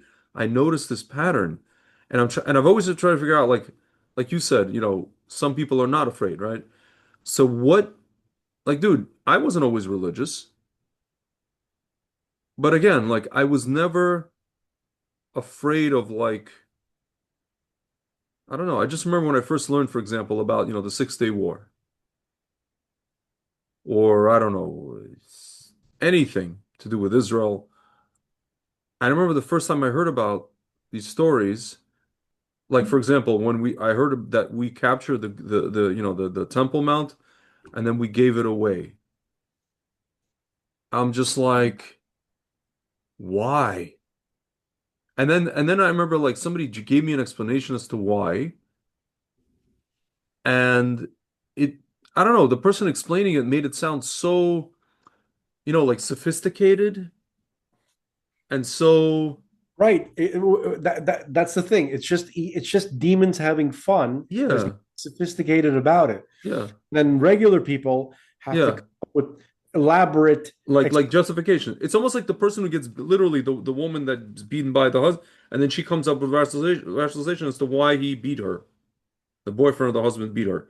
These people are explaining this to me, like, Meanwhile, oh he's just a low life piece of shit. yeah. It's like, and I'm trying to figure out what separates people like me and you and other people we know versus the people who fall into the trap of just running away from their own shadow. Because they can't imagine such a stupid, simple creature. But I also never knew about this So in creature some until recently. Until recently, I never knew about no, this creature. You understand what I no, mean? no, I'm just saying, like Yeah, people can't imagine that yeah, there's such a stupid, yeah, simple creature. And I'm gonna do a little bit of shtick now, yeah, right? And there's a classic trope about like women, they can't understand how simple men are. yeah. I was just Like, thinking about that today, by the like we could just sit, watch, you know, Yeah. barbarians throw a ball at each other, tackle No, each other. you know what I was thinking about today? How, like, No, when women, when, they can't comprehend yeah, that that is a thing that you that you know that a creature yeah, could just simply sit there without bothering anyone, yeah, out looking for things to do and yeah, just enjoy, or just have a dumb conversation, about like astronauts yeah. versus UFO, UAPs, yeah. cavemen. Well, I'll take it one step further. When a lady gives her husband or boyfriend, like a shopping list. So there's a list, right? The husband goes to the store, he buys everything on that list, and then he comes home, and then she doesn't admonish him. She just says subtly, "But I don't know, but couldn't you like realize that it was that brand of whatever that I was trying to get as opposed to the brand that you got? Or it's the small ones, not the big ones, like the vegetable or whatever." And we're just like, "I got what you told me to get." And they're just like, and then they start this whole thing of like, "See, that's why ladies think, we think in the abstract and you guys are," and I'm just like, "No, it's not that we don't think, men are also thinking in the abstract. It's just that we are, in Hebrew, it's called yashar. We're straight. We don't deviate. We're straight. We don't manipulate. We're not like this. We're not going like this, like a little snake. It's just we live in a, and it doesn't make us stupid. It doesn't make men stupid, right? Men have No, invented incredible things. We think in the abstract. We have prophets who are men, whatever. But we are straight. We're like We just this. like what you like. We will do what you tell us to do because we like you, but we Yeah. don't like what you like, and we Yeah. don't. Actually, I shouldn't say that we like you. We actually don't like you. We don't want to be yelled at, and we still get yelled at. The stuff that you talk to us about, it's not the things that we're interested in. Yeah. We have our own things that we're interested in. You Yeah. don't understand those things.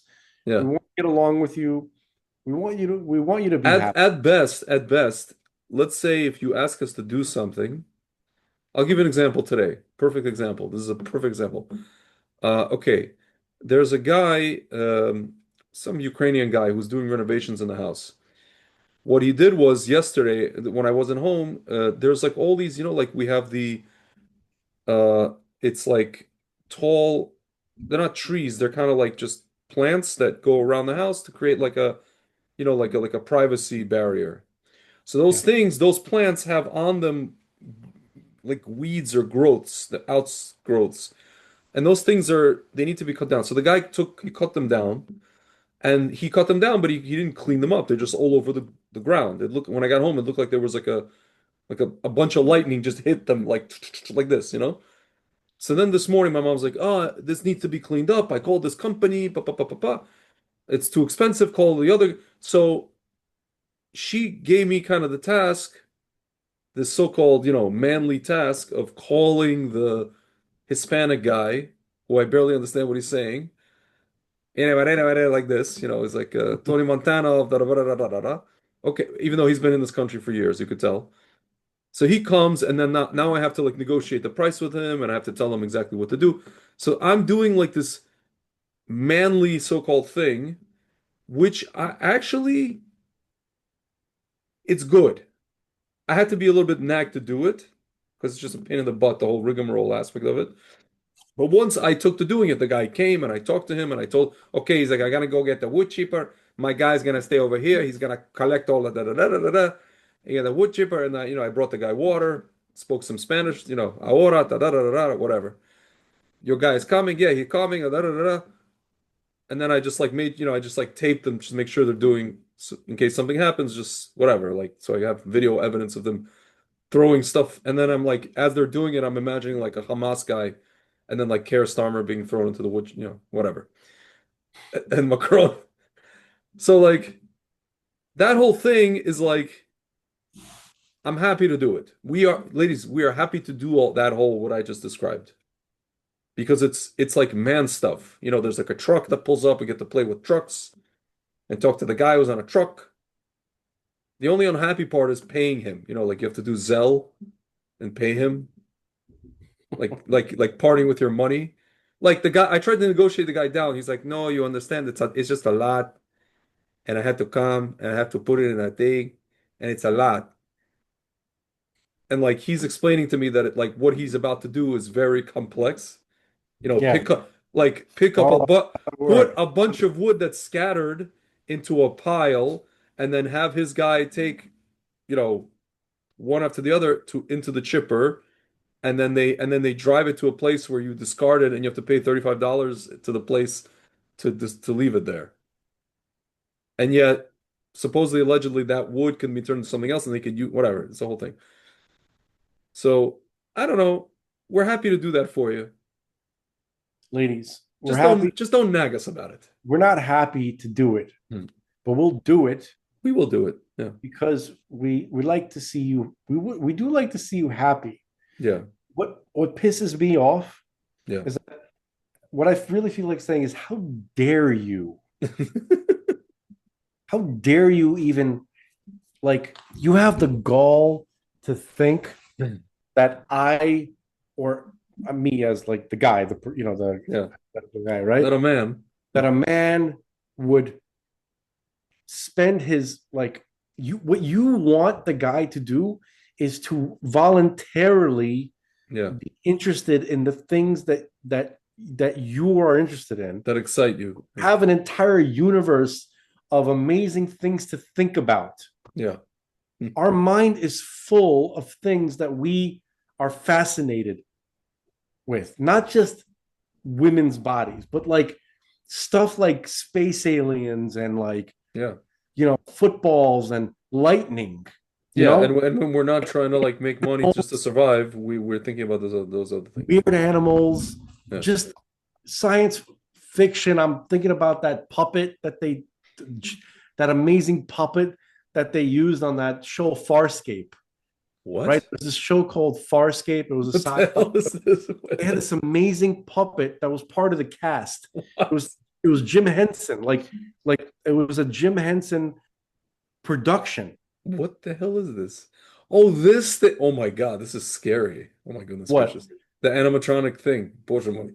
Yeah, Go ahead. right. Like it's like that was like Yoda, right? Yeah, Like yeah, yeah. that wasn't good. It's like they made it so lifelike and like Yeah, isn't that cool? Like there's so many yeah. This are thing. much Bоже mой. better to think about than the crap you want us to Look at this focus guy. on. Yeah, Rigel. His name is Rigel. He's great. He's funny. He's a hilarious character. Okay. The guy farts helium. Okay. That's interesting, kind of. Yes. There's so many wondrous things in the world to think about. And you want us to think about the brand of fucking Yeah, uh yeah. hemp milk Yes. Oh that I'm my supposed God. to buy, What? or whatever your thing Yeah, is, yeah, yeah. right? Are you out of your mind? Like we'll do it. It just sucks the energy out of We'll us. do, we'll do it, Yeah, and we'll do whatever you tell us, okay? yeah. And we'll even apologize when we get the wrong thing that you clearly specified you wanted baby carrots, and we accidentally got big carrots, right? Regular size carrots. Yeah. And when you get upset, that's legitimate, right?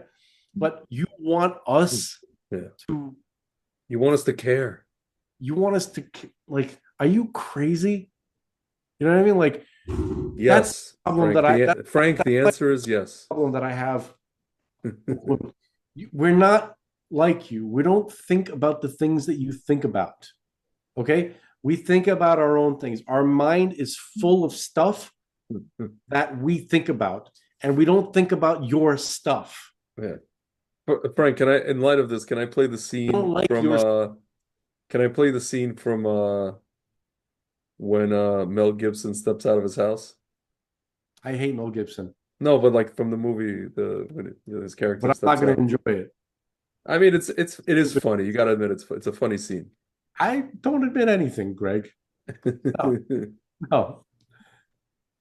Ay, I ay. think it was a stupid movie anyway. Really. Yeah, but I just like the scene. Hold on. Hold on. What? Dude. I just want to play that scene where he steps out of the I house and hate Hollywood. All right. it was an okay movie. Oh, here we Blin, when is it? Where is that scene? Play Patrice O'Neill instead. Hold on a second. I just want to play this quick thing. Please. No, don't play Patrice O'Neill. He's going to curse too much. It's just gonna be too much. Oh, here we go. Okay, fine. Here. Blin. Ah, here we go. Streams of this thing. Can you imagine? Yeah. Streams of consciousness. Did I turn the coffee maker off? I walked over to it, but did I turn it off? I can't remember. I saw the light on, but did I actually turn the switch off? One kiss doesn't make me a lesbian, does it? Oh, I'm sorry. 2 slices of toast, 150 calories, plus a tab and a half of butter, another 150. So estrogen is good for the heart, but bad for the breasts. What? My kid doesn't need Ritalin. Only get him to listen to what I say. Monsieur, I need to poop. Oh, boy.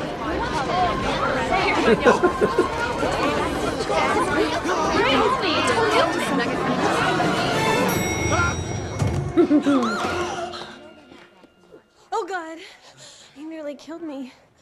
Too bad he missed.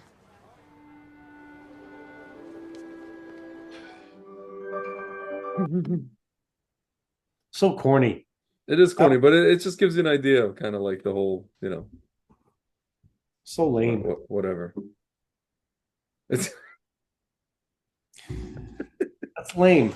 Look, ladies, we love you. We don't like. I don't want to say we don't like you. I guess I'm going to say we don't like you. We do love you, and we don't like what you like. Yeah. And we don't think is funny what you think is funny. Whatever it is you like. You're funny. Yeah. All right. Dude, you know what I noticed? There's Now. the few funny female comedians that I found funny have tended to be at least not leftist. The requirement is don't be a leftist. Like I just saw one on Instagram, I forgot her name. She's not a well-known female comedian, but I found her stuff to be pretty funny. Happens to be that actually there's two of them. There's this young one that's like I forget her name, this girl, blonde girl. She's a conservative girl. It's pretty funny. I find her funny. And all the other ones are not funny. Why? Because they're commies. They spew commie gobbledygook. Yeah, they're commie is the opposite of funny. Yeah. It's the death of funny. It's the death of Yeah. thing. It's the death of life. Funny is life. Yeah. Okay. And commie is death. And they don't like comedy. They don't like it's stupid. It's demonic. It's silly and demonic. There's no like complexity to it.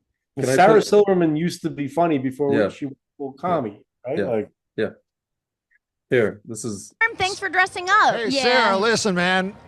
Congratulations. That's the 100th time that joke's been done tonight. But I also want to tell you, I have a bet with Daniel Kellison, a rather large figure. Daniel Kellison, who put this whole thing together, way over his head. He says you can explain what the fuck Jash is. Jash is pay up, fucker. Jash is a comedy collective, a United Artists, if you will. Uniting myself, Reggie Watts, Michael Cera, and Tim and Eric. And what do? We do whatever we dream up. We shoot it, and it goes on there. We can fail. We can do well. It's total freedom. No offense, but it sounds like some fucking commie gobbledygook. You got me, Norm. I mean, I've never heard the word collective. I know, but It's like shining a light on a cockroach. That was the reaction. He shined a light on a cockroach, and the cockroach had nowhere to run. I don't like Sarah Silverman either, but it's a little rough to call her a cockroach. You know, not her. I mean, what I mean by it's not. She's not a cockroach. I mean, it's what happens. It's kind of like, yeah.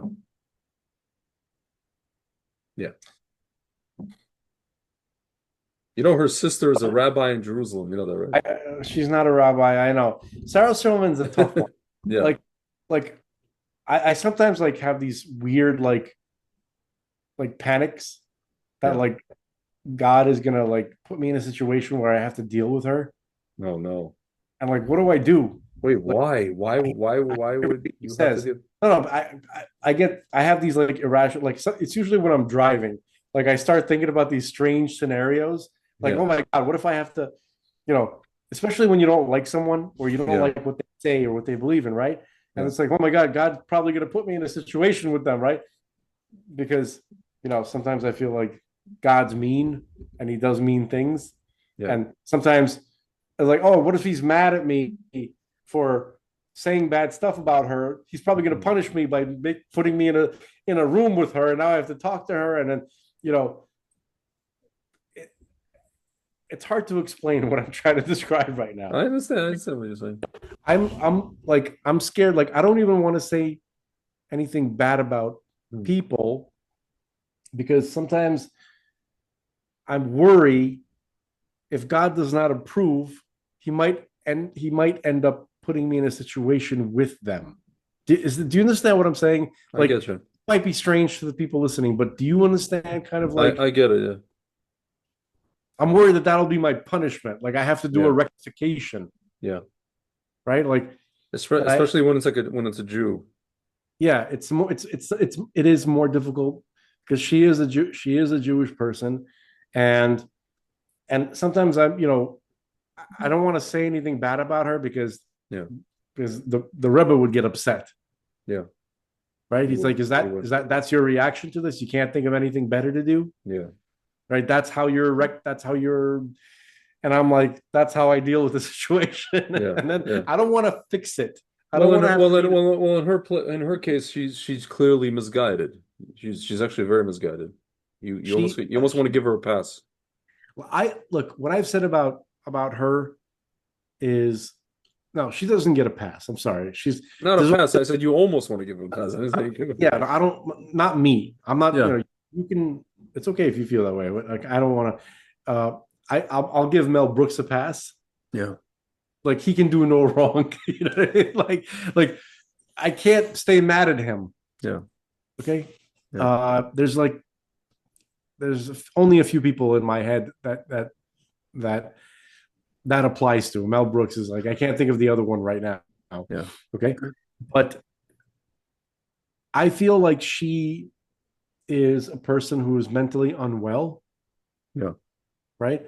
Who should have been getting help. But instead, Yeah. her illness was exploited Yeah.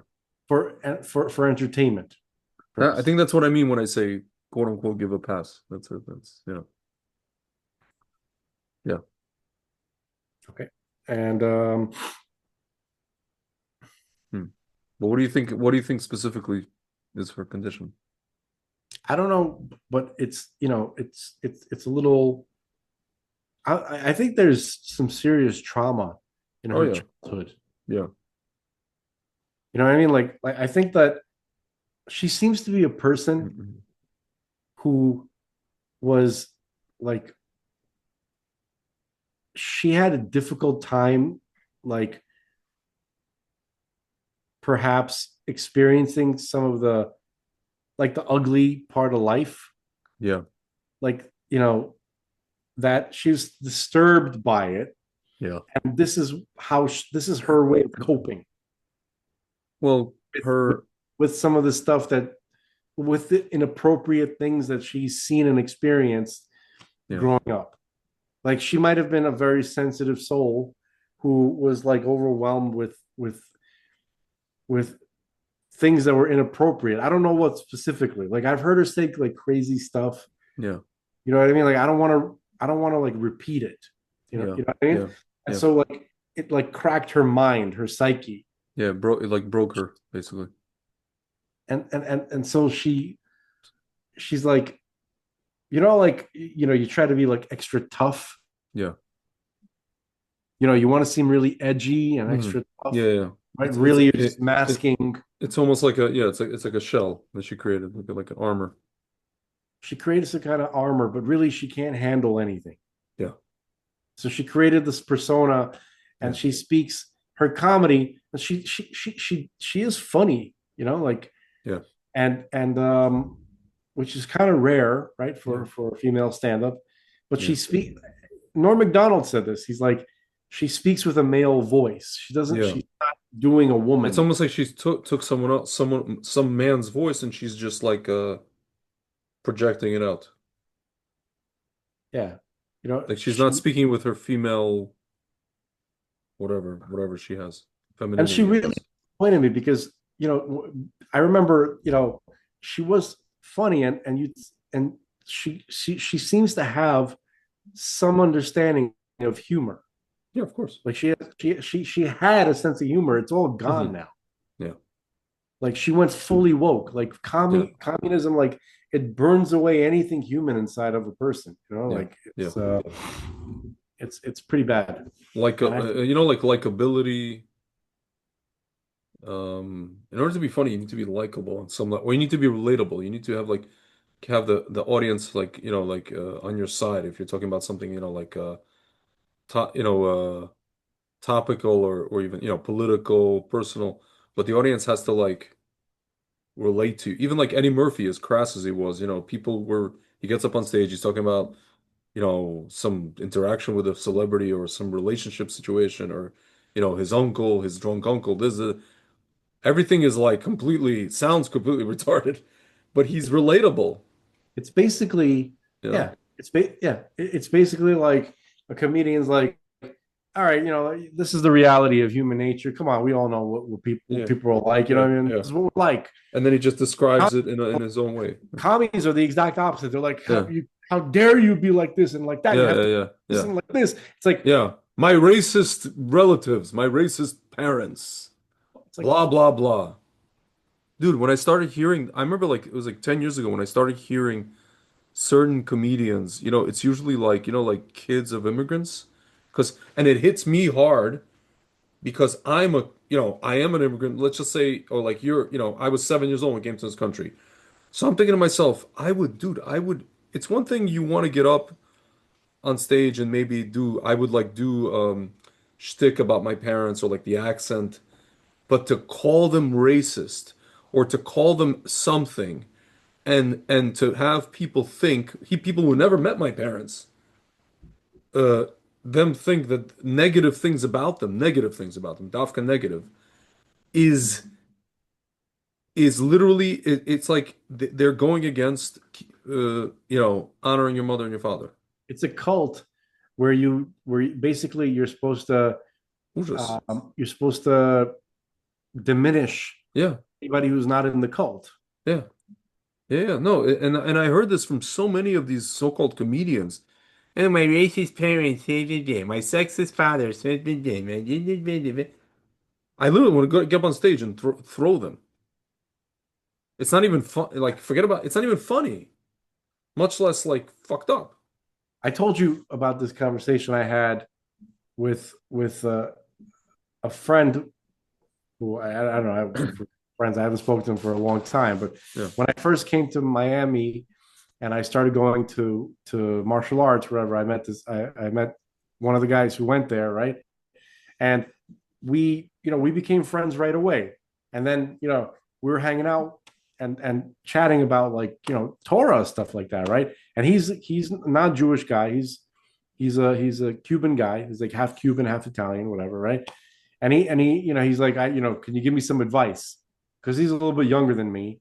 And I'm like, yeah, no problem. He's like, I'm nervous to tell you even, but this is about. He's like, I'm bisexual. He said that. I'm like, I don't know shit. And he's like, I'm gonna tell my Cuban grandmother, and I'm scared how she's gonna react. I'll be like, don't tell your Cuban grandmother, idiot. Don't tell her that. Yeah. Why? What? First of all, what do you expect? Yeah.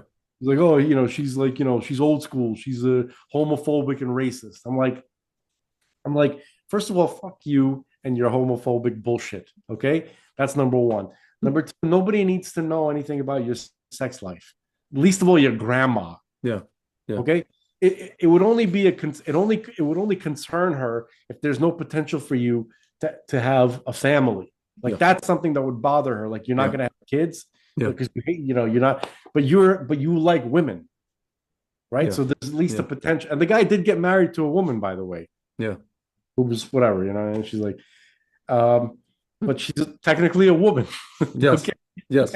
And there's potential for him to have kids. He might have had a kid by now. Okay. Yeah. So the point is that his like your modern cult bullshit, right? Mm-hmm. Is it's meaningless, and nobody should care about it, least of all your grandma. Yeah. She's not homophobic. She's a normal lady Yeah. who dealt with real life. Yeah. These You are not like evil are a people. cosplayer. Yeah. You're a cosplayer. Yeah.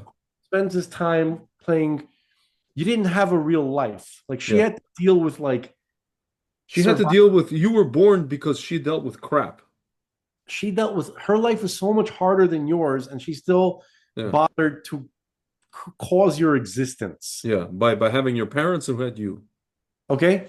And Yeah. and she didn't have time or the opportunity to deal with all this extracurricular bullshit which you think Yeah. is life. She didn't have time to be upset about a girl, an actress who makes an ad for American Eagle saying that she has good genes, which is Can a I talk- double talk- meaning. She didn't have fucking time to be upset about that. And I want to her Sydney Sweeney. I saw her Yeah. all over X today. Yeah, Okay. yeah, And I want to tell you something that she is making me feel my age. Yes. I want to explain what that means. Yeah. When I was, let's say, 20, Yeah. right? Yeah. I would see like a beautiful woman. Yeah. I don't know why. Let's say Renee Russo Yeah. pops into my head, right? Not maybe when I was younger. Like Yeah. when Yeah. I was 20, I see Renee Russo in her 20s or whatever, right? Yeah. Yeah. She's a lot older than us. But I'm saying, like, you saw something from years ago, right? And I'm like, Yeah. that seems like an exciting woman to me. She's exciting, she's Yeah. sexy, Yeah. beautiful. Yeah. She's interesting. She seems intelligent. She's mysterious. Yeah. There's I don't know. There's like something to explore. You're kind of interested. When I look at Sydney Sweeney, I see a child with boobs. I see the same. I'm Dude, not dude, this is what I keep trying to explain to you about. Dude, but you have to reproduce. I Like, understand. Listen, let me, dude. Don't start with that bullshit. So now I'm gonna no, I know. Listen. Dude, there's something with your microphone. Hold on. Can you hear me? Yeah, it just keeps skipping. The sound keeps skipping. I think it's because we're talking over each other. No. I think it's something with the microphone. If I was in your situation and I had to family and she was the option, I would take that option. She is a beautiful woman. I guess. She's a beautiful woman. But I'm not, that's not, let's not take it there for a minute. I just want to speak. I know, I was just trying to shtick you. You shtick me. With a shtick. Yeah. I'm just saying that it's so unexciting. I know she's beautiful. I know she's healthy, and I get the whole idea, and I agree with it. Kind of. I'm not into. It's not good that she's showing too much of her body. It's not good. But to have a pretty girl as selling stuff. I mean, let's put it this way. It's not good, but it's understandable. It's understandable. It's nothing new. It is what it is. It makes sense because you want to sell your stuff. You get pretty people to sell your stuff. You don't want to get people who are considered unattractive by the majority of people. You're not going to sell your stuff if you present those kind of people. Okay. Yeah. Okay. So anyway, I get that, and the whole thing about not or getting people to think that attractive young white people is a bad thing, right? And fighting against that is important too. I think it's completely bad to demonize attractive white people. Okay. Yeah. Just like it would be bad to demonize anybody, anybody else. Okay. Except for demons. You can demonize demons because they're fucking demons. Fuck them. Okay. Yeah. But the point is, when I look at Sydney Sweeney, she just looks like I want to get her. I don't know. Like, I don't be like, oh, it would be exciting to take her out, and it would be an interesting experience to really experience this woman. Just looks like somebody that I want to drive home safely. Yeah. Make sure she gets home safe. Yeah. Maybe buy her an ice cream and say goodnight. It's not interesting. It's like you're babysitting her almost. It feels, it's like like I don't. Her big brother. Yeah, I feel like it's going to be a childish. I feel like I'm going to be teaching her a lot. You know what I mean? About I don't feel like there's going to be an interesting. There's something wondrous for me to discover, like I felt when I saw Renee Russo when I was a younger guy. Yeah, that's all I have to say about that. Yes. Okay. She looks like my niece. Yeah. Like her face, like she has like this, like yeah. It's like I see a baby. I don't see. She could be 27. She could play. She could play somebody in high school if she were in a movie. She could play a high school kid. Yeah. Still. Yeah, that's what it is, man. I don't see mystery. I don't see excitement. I don't see something intriguing. I just see in Russian we call it. In Russian we call it простая никакая. No, она не простая. No, I mean she's a doll-faced, relatively speaking. Generally, no, because I've heard of простая никакая. Yeah. That's just talking about a plain Jane look wise. Yeah. But so, and again, I know nothing about this person. She could be, for all I know, fascinating. Yeah. But I'm saying that I'm not, like, I'm starting to feel like, and I'm not necessarily too depressed about it. Yeah. You know what I mean? It's just like, Yeah. It's just weird. no, Everything but is weird. I'll finish off with this idea. So what happens with, so where does my excitement go? Right? What, I just don't have it anymore? Right? Like, where's my Rene Russo now? Like, it can't be Rene Russo because Rene Russo is collecting Social Security Yeah. checks, Yeah. right? So where's my Rene Russo? So here's where she is. I have, to graduate from Rene Russo, you have to understand that Rene Russo has, or that moment that I saw her, something about her when I was affected by her her whatever it is, her je ne sais quoi. Yes. It's not French, like Yeah. Macron, right? Yeah. It's the Shekhinah Yes. I saw, Yeah. right? Which provided me with that intrigue, with Yeah. that, like, kind of like with that awe, kind of like with like being like kind of like with that fascination, right? With the appreciation of like her beauty and her mystery. That's Yeah. the Shekhinah. So I have to seek that out in the Shekhinah. Yeah. Correct.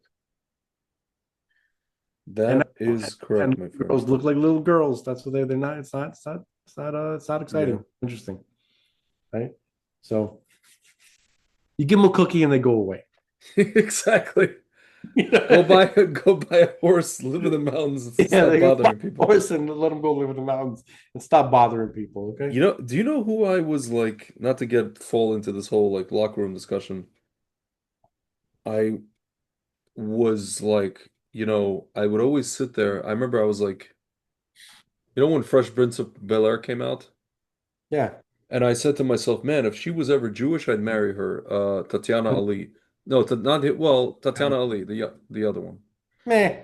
There was something about she was like very like smiley and like, good She's energy. cute. She's cute. Listen, she's Cute, but old. like a little bit older than us, Yeah. like a year or two. So it's not creepy. No, no, Yeah. no, not at all. Kind of, Her, you know who? Her and what's her face? Topanga from Boy Meets World. That girl. I was not a Topanga.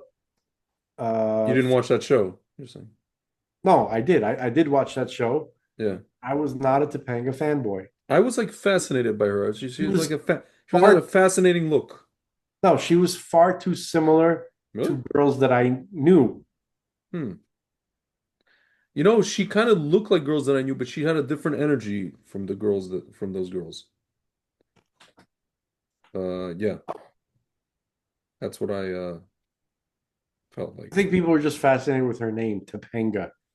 The name was cool. Well, the name of the person, yeah, playing her. It was her name is actually the hell's her real name? Forget.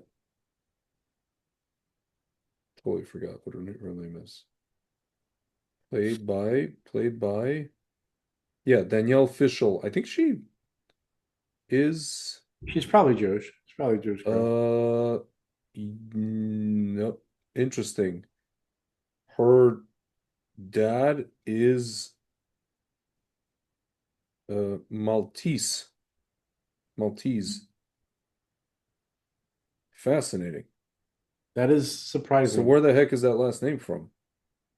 By Malta I never. recognized Palestine. It's just shocking. Do you remember that company Massimo? The for the Yeah, skaters. yeah. Oh no, this is something else. This is an electronics company. Her father was like a president of this. I thought it was a skater thing. Interesting. You know who I was surprised was Jewish? I wasn't surprised. I was just kind of like, I don't know. I used to, folks, when you're a young Jewish guy, Yeah. right? You watch movies and you see beautiful actresses, you're like, when you hear that every now and then when one of them's Jewish, Yeah. it's like, Yeah. oh, okay. There's Scarlett Johansson, for example. Her mom is Jewish. okay, for you, Scarlett Johansson. Yeah. She's a very pretty lady. She is. Yeah. But no, like for me, it was like actually from that show, from Farscape, from that Mhm. from that sci-fi show, the Okay. the lady Yeah. One of the ladies there, Claudia Black. She's an Australian actress, Hmm. and I remember being delighted to find out that she was Jewish. I don't know how that would serve me, but it was just be like potential. There's potential there. Yeah. You know, when you're 14, you think stupid things. You know, Yeah, like, you're like, oh, oh, Natalie Portman. Oh, you turn into Jim Carrey. So you're telling me there's a chance? yeah, exactly right. Yeah. So, anyway, Hmm.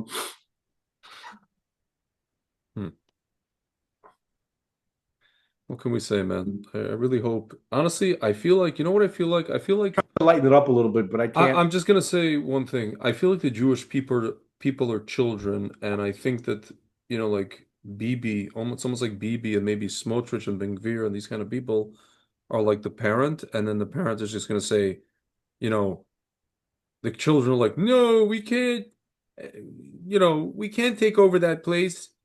That's not our place, and they're just gonna be like, we're taking it over, and you're gonna like it. And it's ours, and you're gonna like it, and we're gonna live there, and that's our house, and your grandfather gave it to us, and we inherited it, and you know how long we've had this house, and we gave it away to these orcs, and they threw rocks at us and killed us. We're taking your grandfather's house back, and that's final. I feel like this is what needs to happen. This is the only solution. No. Ben Gvir, Smotrich. Not being. I'm just saying, like it. They're not. We just have to take it. We Whoever's gonna do it, somebody's got to do it. Mashiach is the only real adult. We have a semi-adult called Trump. Yeah. He's the closest thing we have to an adult that's in the world right now, followed not too far away by Millet, okay, who's kind of like a wild uncle, okay, but he's still kind of an adult, you know. And Mashiach is again, just to bring back, said this a lot of times, but Lord of the Flies, the book and the movie, right? The very end. Can you play the very end of Lord of the Flies?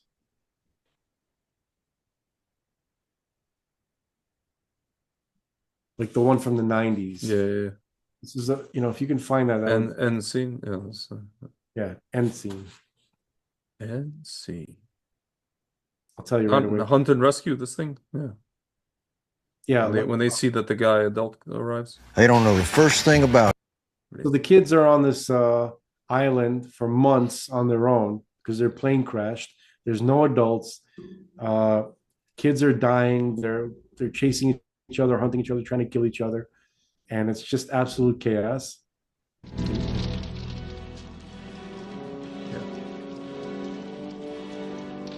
Like they split up into groups. This kid's trying to chase and kill that other kid.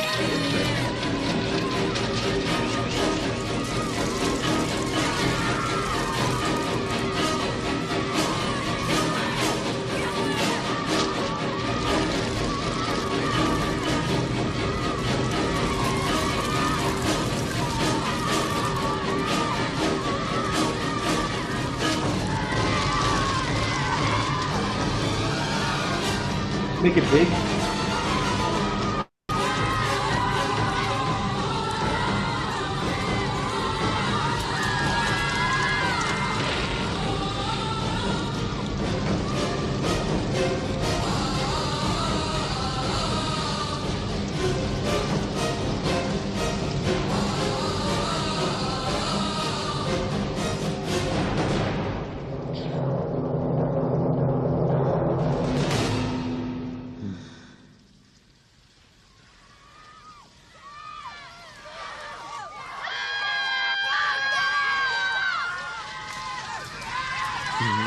There you go.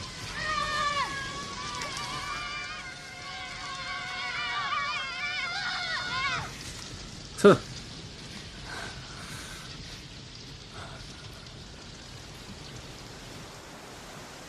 What are you guys doing?